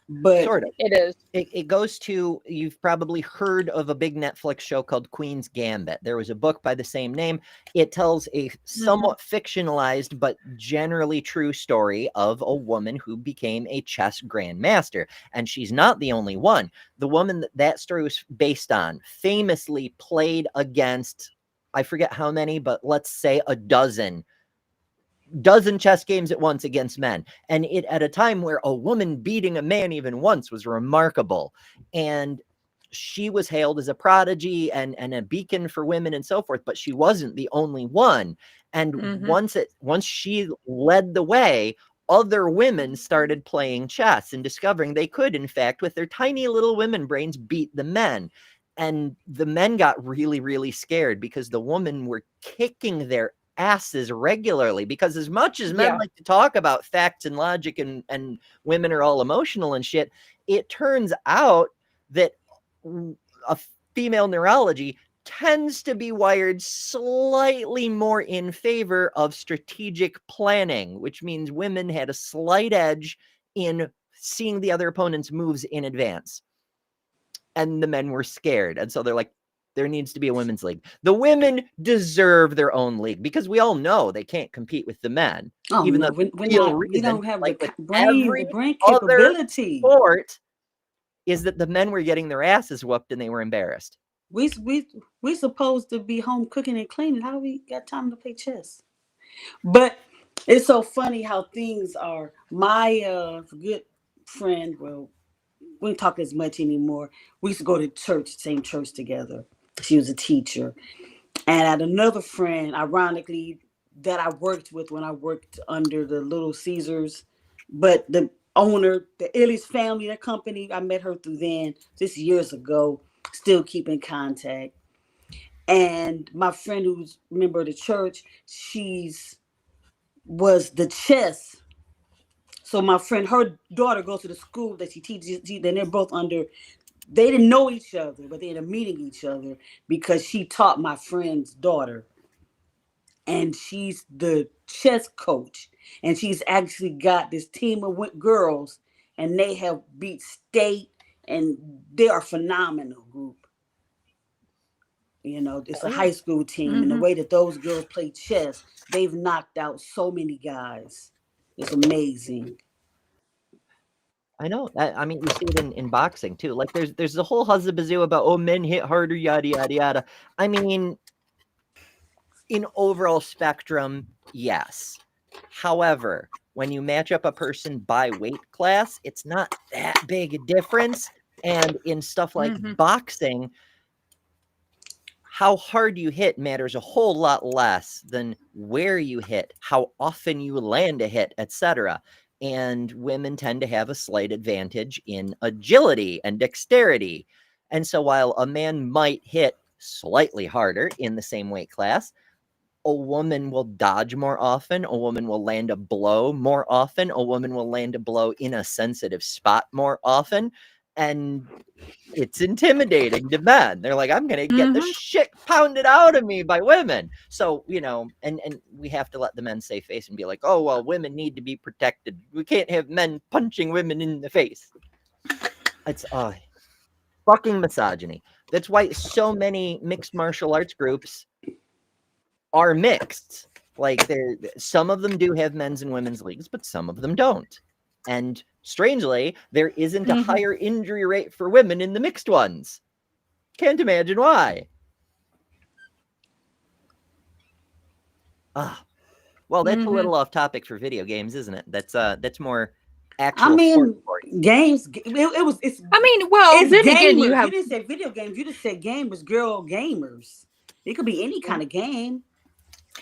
Oh yeah, but then you have Mortal Kombat where you have women just beating the ever-loving shit out of the male characters too. So, in fact, I used to like. I play a lot of Mortal Kombat. Against my friends and a few people I played online on Mortal Kombat, I am still undefeated. So, hey, that's where it counts. They're like, how do you do that? And the funny thing is, most of the people that I've played against, Mortal Kombat is one of those games that if you're just like a button masher, you can absolutely luck out and win. But if you actually know the moves, if you actually like take time to memorize what the moves are, you can dominate anybody anytime. Well, that's one of the things I don't like about that game is because you either have to button mash or you die immediately. You don't have a chance to learn the moves. It's like, I need a fucking takes some practice, level. But yeah. Jeebus. It's yeah, I mean, wild. It takes some practice, yeah, but yeah, like you can't get the practice because you either button mash or die immediately. Like, fuck. So yeah, poll before I forget and we end up ending the show.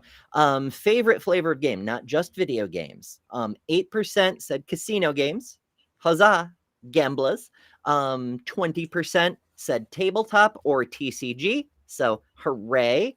We love I love Magic. I haven't played in many, many years. I understand it's gotten kind of weird, but Yu-Gi-Oh, of course, is fucking legendary. Pokemon started a whole fucking... Yeah, TCGs are great, but D&D, White Wolf, all that stuff, mwah, c'est magnifique.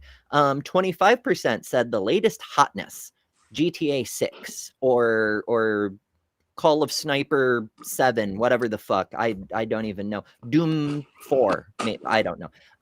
And 47% said retro classics. Which is a pretty good mix. I like that. And somebody just voted, so it's 48% now. Oh, hey. Nice. But yeah, it's a good mix. And again, that's your favorite. It doesn't mean you can't like any of the others. Like, holy crap. So yeah, I like that. I dig that. Very cool. Speaking of casino games, though, because I just cannot stay on the primary topic. It's just not in my damn DNA. It's still games, so you're still on topic, sort of. Sort of. Casino games. Have you played? What's your favorite? What are your thoughts? I do not go to the casino anymore because I used to have a gambling addiction. It wasn't serious to some people, but I noticed that I would come up with no money. I would win, then I would gamble that money up and would end up with like $5 to my name till my next paycheck. I decided let me not go Yeah. to the games anymore. Sometimes I do play the little slots on my phone, but they're just the free ones. You just play and have fun. And then I'm like, why am I playing this? And Yeah. yeah. Yeah, I mean, I'll play blackjack if I go, but I also have the same policy that I do with like other games that have like micro purchases and stuff. Is I will only walk in there and I will only spend as much money as I am willing to lose, and once that's gone, then I'm done.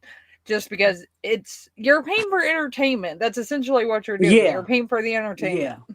An experience. They're one of the first industries that figured out people will pay for experience even if all they end up with is an empty pocket. My grandmother told me that her grandfather told her the way he handled casinos, because casinos have been around for fucking forever, was he would walk in with the money he was spending on bets in one pocket, and anything he won went in the other pocket, so that when the one pocket was empty, he was done for the night. Ooh. Whatever he got, he got. Sometimes he Yeah. walked away heavy, sometimes he walked away with less, but it was never zero because he didn't dip into that to make more bets with. I do know someone who was borderline like professional gambler, and she walked in there I think once, and this was like 20 years ago. But she walked in there. I think she had like $2,000 that she was just planning on spending, and walked out with 30. So Pretty respectable. she made bank that night. Yeah. I think she got a new car. Wow. She was just like, I'm just gonna go buy me a new car. Yeah, she got You really, should. really lucky. If you need a new car. I mean, don't spend money on a car if you don't need a car, but like, holy crap. It was so funny. I needed a car. Now, what do you think about... I need a car so bad. My current one works for now, but holy shit. What do you think about slot machines? Do they count as video games? See, there's a reason I went down. They don't to me. To me they do, because like, I mean, I've played some on like on my phone, or like games on like the computer and stuff. I won't spend a ton of money on them if I go to a casino, but it's one of those things. It's just, yeah, I look at it as entertainment. Yeah, it's not a game. It's not. I don't mind. It was so funny. There's one. Oh, I thought you was finished. Oh, go ahead. I thought you were finished. Oh no, I was going to say there's one website that I used to play. That they had like 40 or so games that you could play, and blah blah blah blah. And this was like 20 years ago, but several of the slot machines not only had and it wasn't actual money you were playing with. You were playing with like points that you had earned, but it ended up they did the slots really well, where there was actually like a whole storyline with the slots. It took like months to get through the entire storyline, but it was actually kind of an interesting like gimmick to have to go with that. So yeah, I remember my daughter, my oldest, she will be 31 tomorrow, as a matter of fact. But anyway, we went to the casino, and I gave her like $10 or something. So she put the $10 in. After a few minutes, she started screaming, I won. She was like $100. I said, you didn't win anything. And she was like, I had $10 and I put it in and I got 100. So I won. I'm done. I ain't playing no more. And that was it. She left. And we got something to eat or something. That's the way to do it. Not me.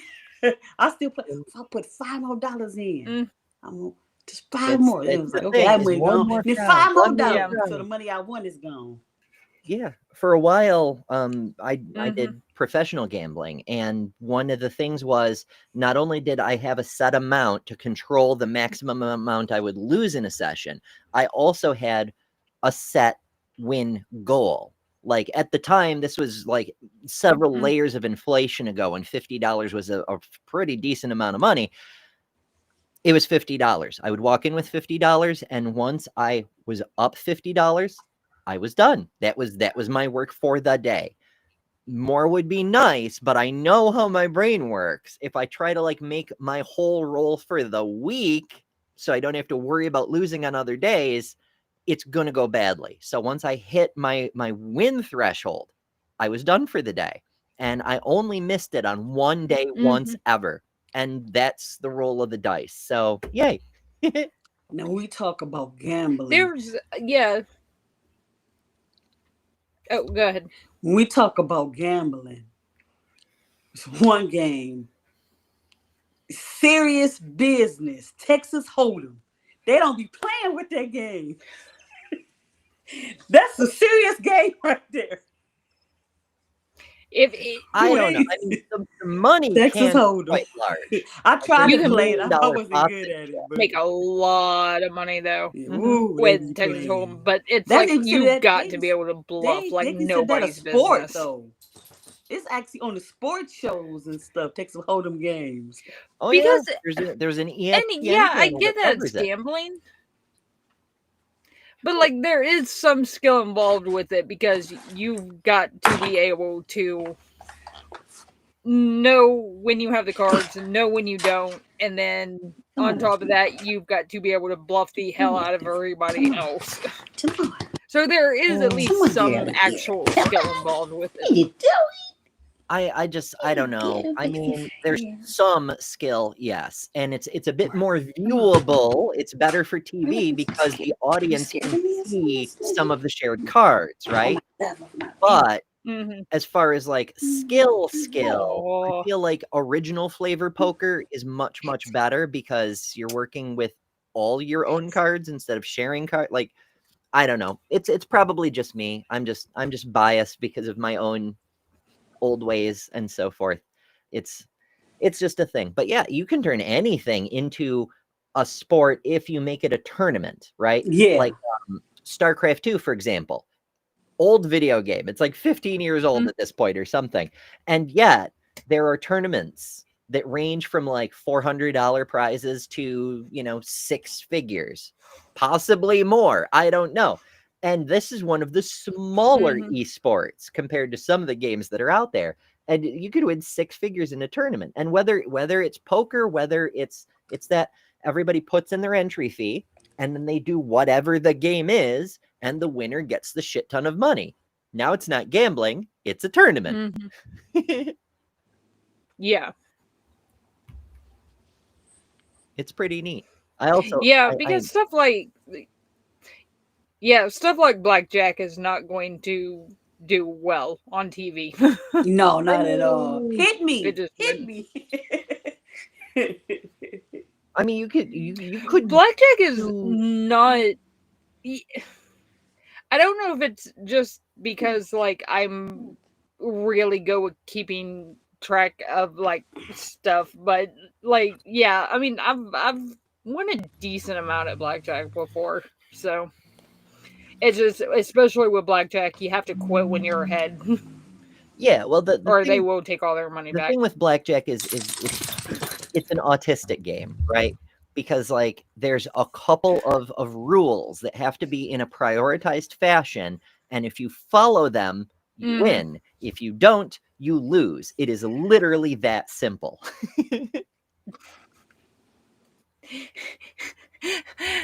This totally reminds slight tangent, but we're here for the tangents. It reminds me of this one comedian that he was talking about and how he's bankrupt like 6 casinos at this point. And the whole joke is, let me tell you how a casino works. You walk in there, you give them all of your money, and then you turn around and walk out. And he could not make that work. And it's just like, every time I think of a casino, that joke pops in my head and I start giggling about it. But I don't know. I keep, because I'm trying to like be all professional and whatnot, I keep trying to loop back to the main topic. Like, see, look, it connects. I was doing a thing. Do you see what I did there? But I'm improvising.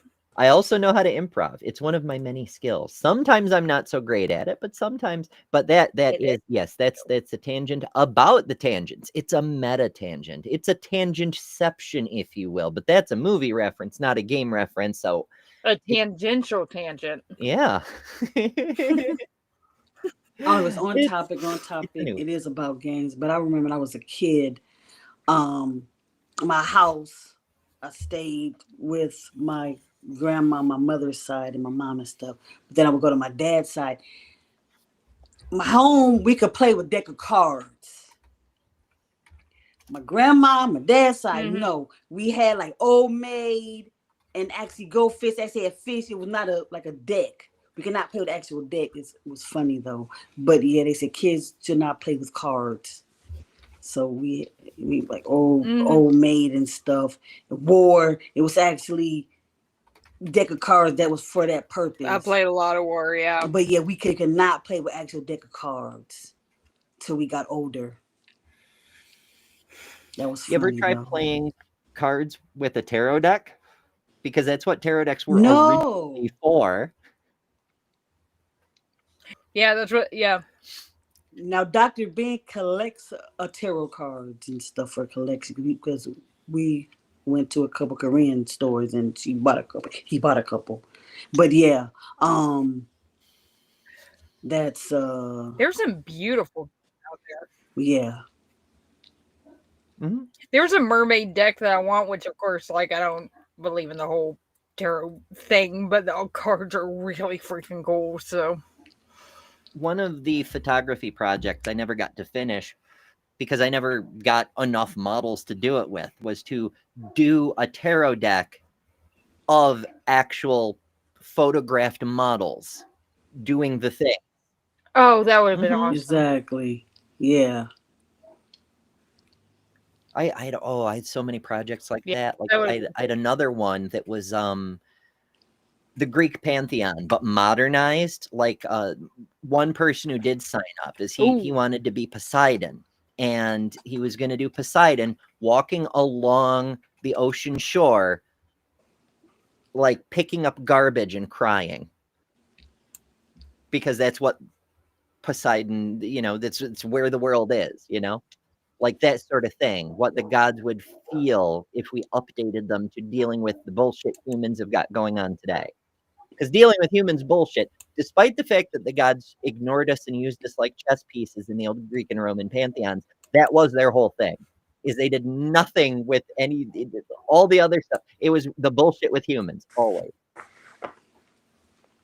Mm-hmm.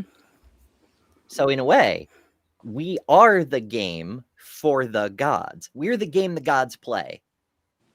Let's go with that. Yes. Yeah, we're all just a big old Sims game. That's the thing I love about Sims is like one of the mods that I have on there is I'm pretty much God and I can decide to do anything I want. It'll break the game if I'm not careful, but yeah.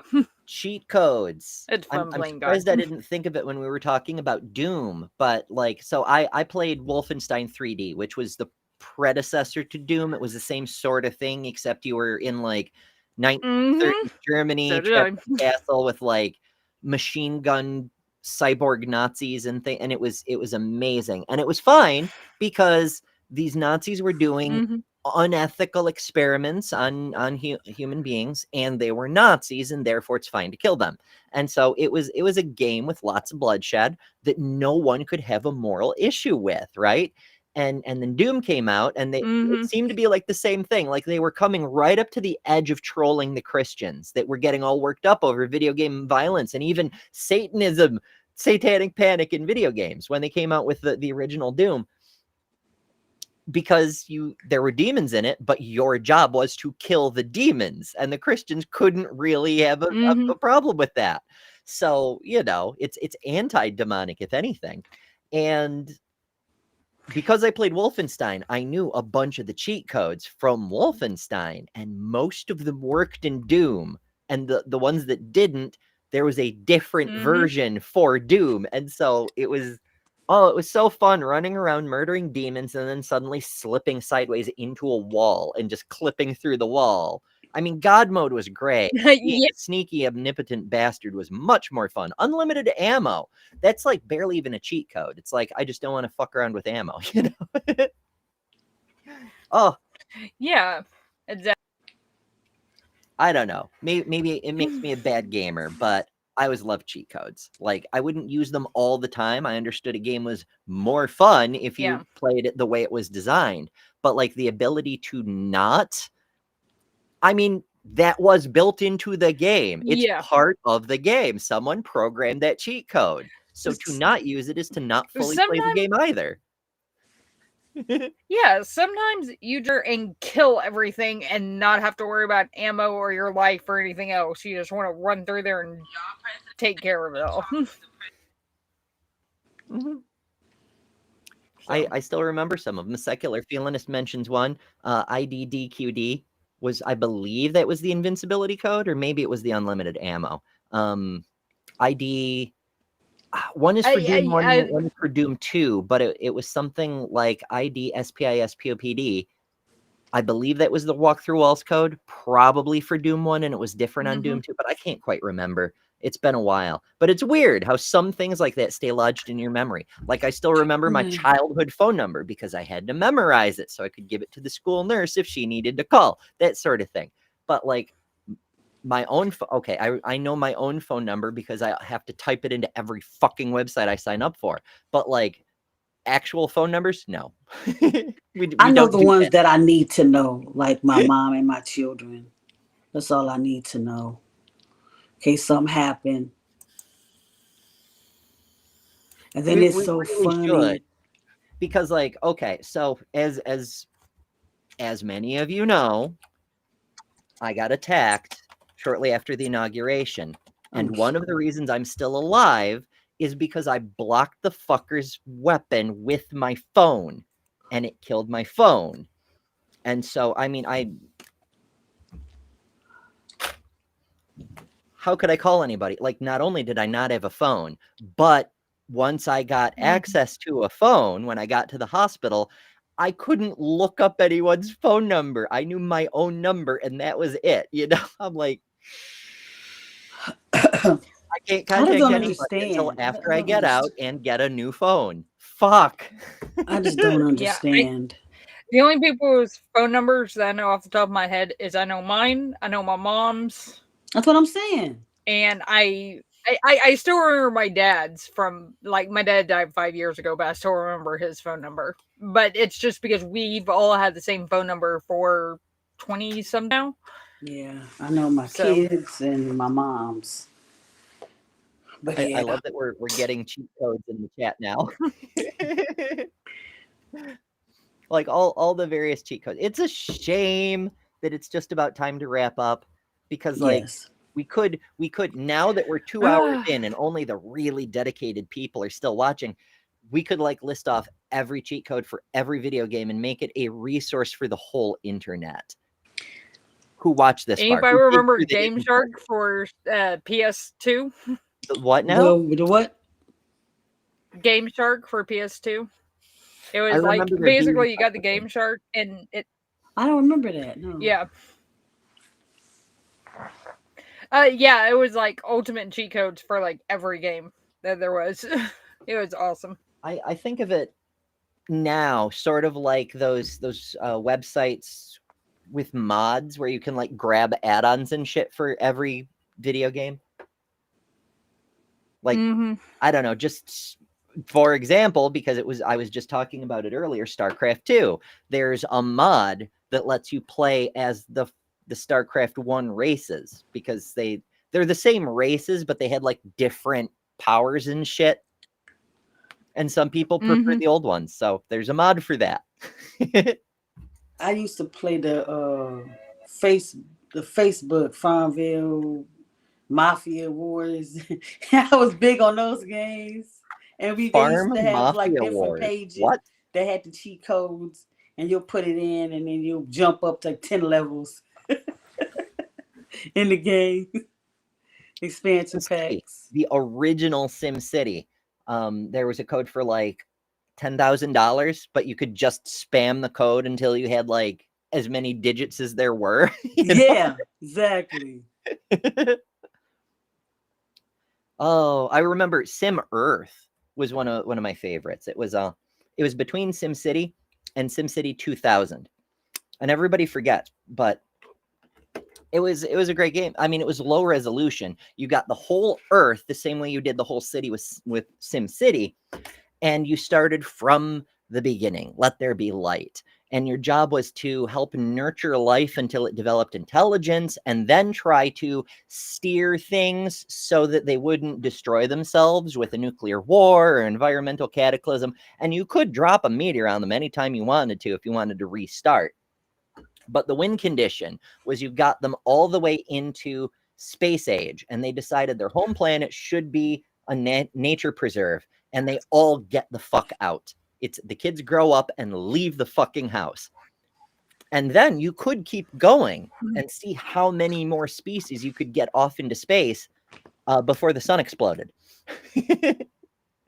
Sometimes I'd get 3, and there were such weird alternate, like, because it went all the way back to the Cambrian, right? So like different things could end up dominant. I ended up with one species of like I can't pronounce their name, but they had like trilateral symmetry. They had like 3 nerve cords, sort of like starfish, but 3. Yeah, and they ended up evolving to what we might consider humanoid, but it wasn't really humanoid because they had trilateral symmetry. It was weird, but it was so fun. I digress. Might and Magic. That was a fun one. I don't remember that one. I don't remember much. Oh, I remember the thing being a thing. There were quite a lot of them, weren't there? Oh, Yeah. that was like half graphic, half text based. At least the early ones. I don't know. Oh, there's a lot. As Theo points out, games and food, great topics and tangents. Absolutely. And alas, we are at time for today. But the good news is, if you're enjoying these conversations, the party doesn't have to end. We do have a 24/7 live stream running, and this episode will be added to that rotation when I get the time. And possibly because yesterday's episode ended up with a copyright ping, I may wait a day to make sure this doesn't get a copyright ping. I don't imagine it will, but as a policy. Why did it get a copyright? I don't see why it would. What was it about? That's weird. One of the videos that I brought up, there was like 3.5 seconds of a song that had been sped up and reversed, and that triggered a copyright ping. Wow, that's crazy. I'm like, it was I didn't even pick the music. It was in a video, and it had been substantially altered. But what? Fuck ever. YouTube has changed their restrictions recently. For example, you can now say fuck in the first 7 seconds. I realize we're way downstream of 7 seconds, but you can. They won't automatically demonetize you for that anymore. But it's no longer 10 seconds of a song before you get a ping. If they detect it at all, even if it's reversed and the speed changed, if the bot goes, that sounds like a copyrighted thing, ping. Fucking bots. Those bastards. Don't anybody sing happy birthday on your stream, because it'll be a cover. Anyway, I digress. Thank you all so much for joining. Before we go, I do want to thank everybody who sent a super chat, because I literally live on those. This is my job. And so I very, very much appreciate those. First of all, Tori Swansiger sent member chat, 2 months membership. Thank you so much. Behold Network sent $2 and said, money for you to play Roller Coaster Tycoon. Ambitious, but thank you. Secular Feelinist sent $2 saying Morrowind and Deus Ex. I did better this time. Are great classics too. Jester sent $5 while I was blasted off of the internets and said, okay, how many people here will hear the NSF music? My monitor's very terrible, folks. I'm doing my best. We'll hear the NSF music and feel an autonomic. Yeah, autonomic. That's what it says. Autonomic need to find a racing game immediately. Just me? Damn. Wow, I read that badly. I am bad at this. one more time. Jester sent $5 and said, okay, how many people here will hear the NSF music and feel an automatic need to find a racing game immediately? Just me? Damn it. There we go. Yahooligan, member for 9 months, said, game designer, gamer girls, it's like bait for me. Hell yeah. Thank you, Justin. Secular Feelinist sent $5. Thank you so much. And said, the past, the present, and the future all walk into a bar. It was tense. Liliball Trade sends $2, which I suspect just came in while I was already doing this because I didn't see it earlier. But anyway, thank you, Lil. And said, take my damn money for pizza. Oh, now I want pizza. Damn it. And it's like lunchtime. And Ryan Cultastic sends a super sticker for $1.99 that says, game over. Which, you know, is kind of fitting because we're wrapping up the stream. Thank you all so much for joining us. It's so wonderful to see you all. It really has been a fucked up day in an extremely hard week. And so I really, really appreciate being able to take some time and just have fun with you people. It makes my life better. And hopefully it does yours too. Tomorrow. Always does. Feminist Friday. My favorite topic. Something demonic women. It should be fun. It's about me. Yeah. So I hope you all join us for that. Me too. And as always, remember, you don't have to pretend games are for botin and not for girls because you are better than religion and misogyny and patriarchy and probably capitalism too. All the things. Good night, folks. You're better than all the things.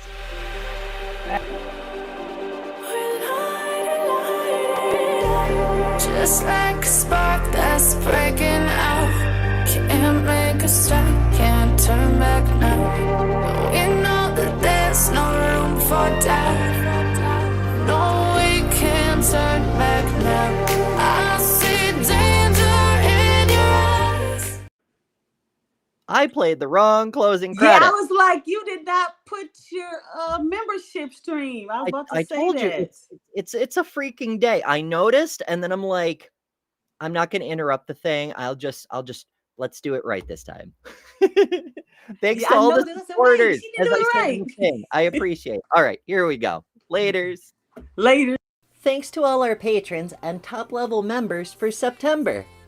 Miranda, Karen Butcher, Jessica the Trans Metal Alchemist, Robin Webster, Maya Adkison, Jimmy Tux, Ian Chen, Malaysia, The Barely Bearable Atheist, Eric Wander, Jason Jacoby, Godless Engineer, Jester, Lil of All Trades, Deviant Outcast, and Kelly King, the Detroit Atheist Queen.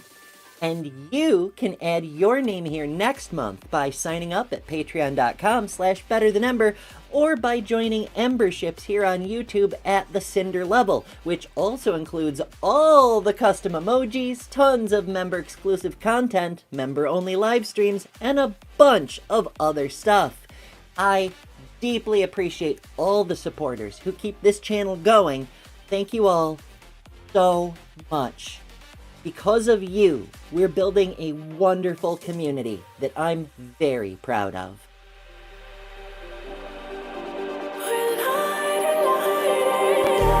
Just like a spark that's breaking out. Can't make a stop, can't turn back now.